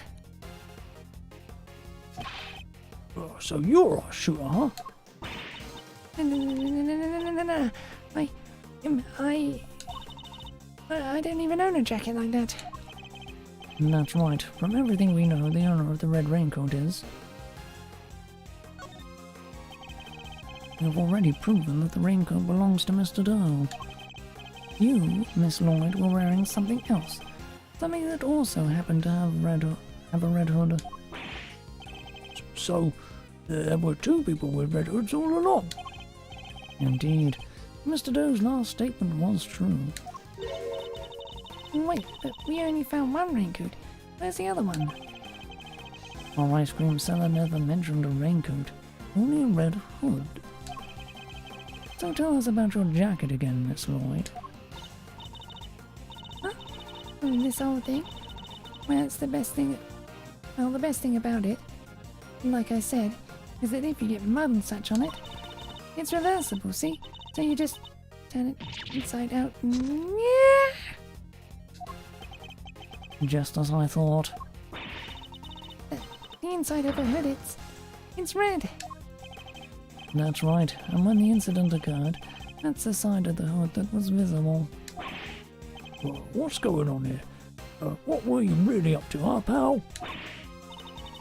Wait, I never even wore it that way round. Perhaps if you would allow us to examine it, we could confirm that for ourselves. And you're gonna confirm that?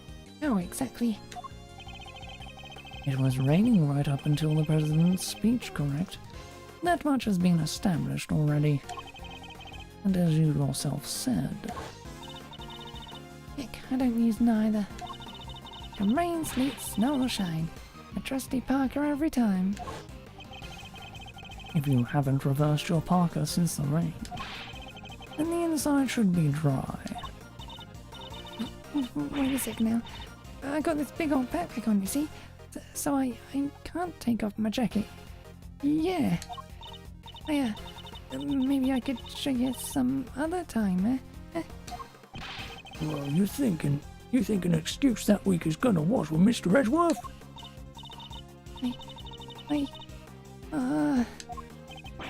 Well, what are you waiting for? You're innocent, just take it off and show us. It wasn't me. I swear. I never shot the dang president. Never. If that's true, Miss Lloyd, then your best option is to cooperate and tell us the truth. Is there a particular reason why you chose to wear a parka with a red hood here today? I'm sorry, Ruffles. Something I never told you. Something I couldn't. I'll come clean, I promise. Just go easy on me now, you hear?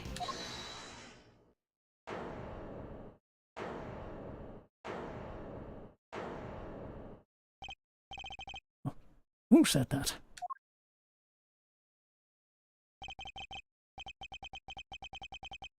Hold your horses. It's a little soon for the endgame.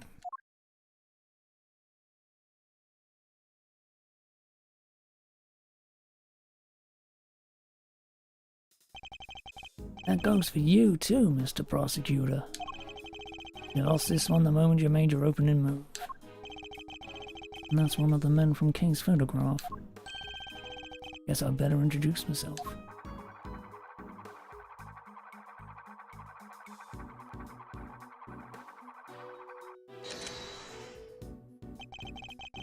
The name's Bronco Knight. I'm the President's personal bodyguard. And second in command of his security detail. Point that thing someplace else, pal. What the heck's wrong with you? Yeah, sorry, can't help myself. It's just too much fun being this good. You're not a member of law enforcement, so how did you get a gun? Oh, this old girl's on loan from Zhangfa. Temporarily issued to us presidential bodyguards. Anyway, never mind that. I've got 2 tidbits of news for you. You want the good or the bad first? Choice is yours. I'm indifferent. Whichever you prefer. Really? I'm giving up the first move advantage, just like that. Whatever, no loss. Guess I'll push out the first pawn then. So, you play a little chess, I take it? Ah, fellow fan, are you, Mr. Red Suit? The name's Edgeworth, and you could say I dabble. Duly noted, Mr. Edgeworth. Alright, I'll start with the good news. The President's okay. Didn't suffer so much as a scratch. You didn't? That's a relief. Particularly for the young lady here. That means there is no longer a murder charge on the table. That is good news, huh, Tabby? Yeah, because I'd never... Now for the bad news. The only reason the President's alive is because we bodyguards did our job. One of us did anyhow. Our boss put himself in the line of fire. You're referring to your colleague, Mr. Rook. Yeah, it's game over for him. No way. Rook is dead. A genuine loss. So, you're saying that Tabby... Yeah, your friend here killed my colleague. Brother and arm. Heck no, I didn't do it. I didn't kill anybody. Could never. I'd shut my mouth if I were you, murderer. Sure, we did what we had to. Sacrificed one of our pieces to protect the king. But to lose someone like him during a castling is a real shame. Castling? What's that even mean? It's a chess term. Very simplistically speaking, it's a move where a rook switches places with the king. Then why didn't he just say so? Mr. Knight, was it? Yeah, what? We'll need to see the victim's body right away. And if possible, I'd like to ask the President a few questions. Sorry, no can do. And why not? That's the third piece of news, and it's the piece you're gonna like the least. I thought you said there were only 2. The National Police Force of Zhangfa will be handling things from here. What? Oh, you better be kidding, pal. This investigation was assigned to us. We're not about to hand it over. You're Lee Edgeworth, right? The one who sold the Atagarasu case. President mentioned you. I'm honored to have warranted his attention. Makes sense the Chief Prosecutor would assign this one to you. Wait, did the Chief assign me to appease the President? But that was a mistake. A big one. He should have given the case to somebody with a spine. You're free to take it up with President Wang. If you enjoy diplomatic incidents, that is. You're coming with me. We'll continue this on the presidential plane. No. I never did nothing, I swear. We can do this the hard way if you like, but in Zhangfa, justice is served one way or the other. Ruffles, come on, you gotta help me out here, please. Miss Lloyd. She was the one in the red hood, there's no denying that now. Can't help feeling you still don't know the whole truth behind this case. Innocent. Gotta believe me. Can I really let this happen? Is this really how it ends? The look in her eyes, the crack in her voice, she begs me to help her. This is no act by a criminal. He's genuinely scared. If I let him take her, we'll never know what really happened.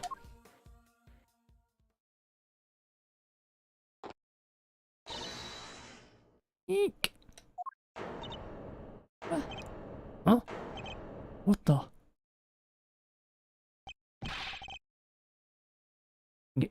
Get your filthy hands off of... Quiet now. Is that really any way to greet me? Your neck has barely begun to heal and you've already forgotten who I am. I'm disappointed. What? You? Ah, so you do remember. What do you think you're doing, pal? Put the knife down and give it up.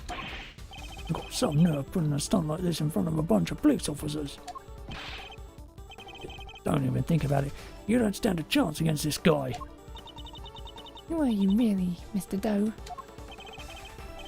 Let's just say that I'm no simple ice cream seller. The guy's a pro. Hitman. His name's... Shetty the Killer. The Killer? It's not a legal professional... There's not a legal professional in the country who doesn't know that name.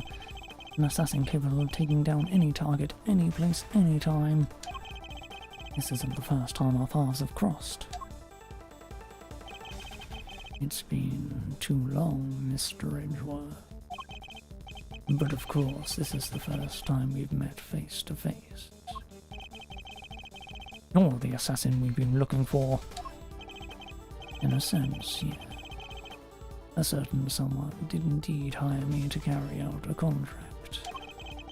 And that contract did indeed specify that I was to assassinate President Wang. I swear I've seen his picture in one of my old files before, but... how could I have been so careless? My bandage proved useful for bringing a knife into the park undetected. But I miscalculated in certain other regard.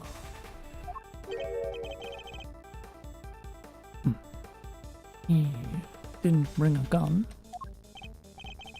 Now, shall we play a little game, Mr. Knight? I know how fond you are of such diversions. The stakes must be high in order for it to be fun, of course. Shall we wager, say, your life? What do you want from me? I would like for you to allow Mr. Edgeworth to remain in charge of the case. What? What are you up to, Killer? I would simply like our mutual friend to see things... I would simply like our mutual friend to see things through to their conclusion. Huh? But why? Bastian Rook was a man of great skill, one with whom I felt a certain connection. It is only right that the truth behind his death be brought to light. With Mr. Rook's departure, the case is now yours to investigate. Is it not, Mr. Knight? I am simply asking you to transfer that authority to Mr. Edgeworth. It's not something worth losing your life over, surely. You're just using the investigation as an excuse to get close to the president. Am I really? I suppose it is true that in order for the investigation to proceed, we will need to enter the presidential plane. You think I'm gonna let you near him? I'm his chief bodyguard. Are you? And here I thought you were only second in command. Rook's not around. That means I'm number one. I wonder if you have what it takes to step into such capable shoes. You? Of course I do. I'm the leader now. Me. If that is indeed the case, then I would ask that you make a choice worthy of a leader. Will you needlessly throw away your life, or will you allow the investigation to continue?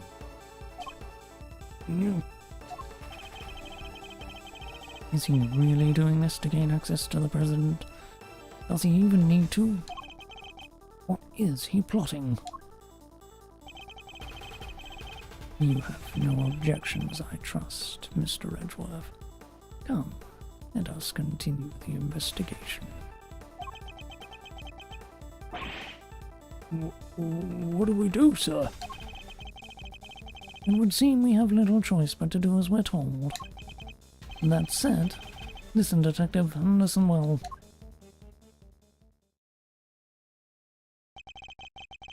I'll buy us some time as I investigate. Meanwhile, you gather the other officers. Have them surround the plane and make absolutely certain that there is no way he can escape. Yes, sir. You got it.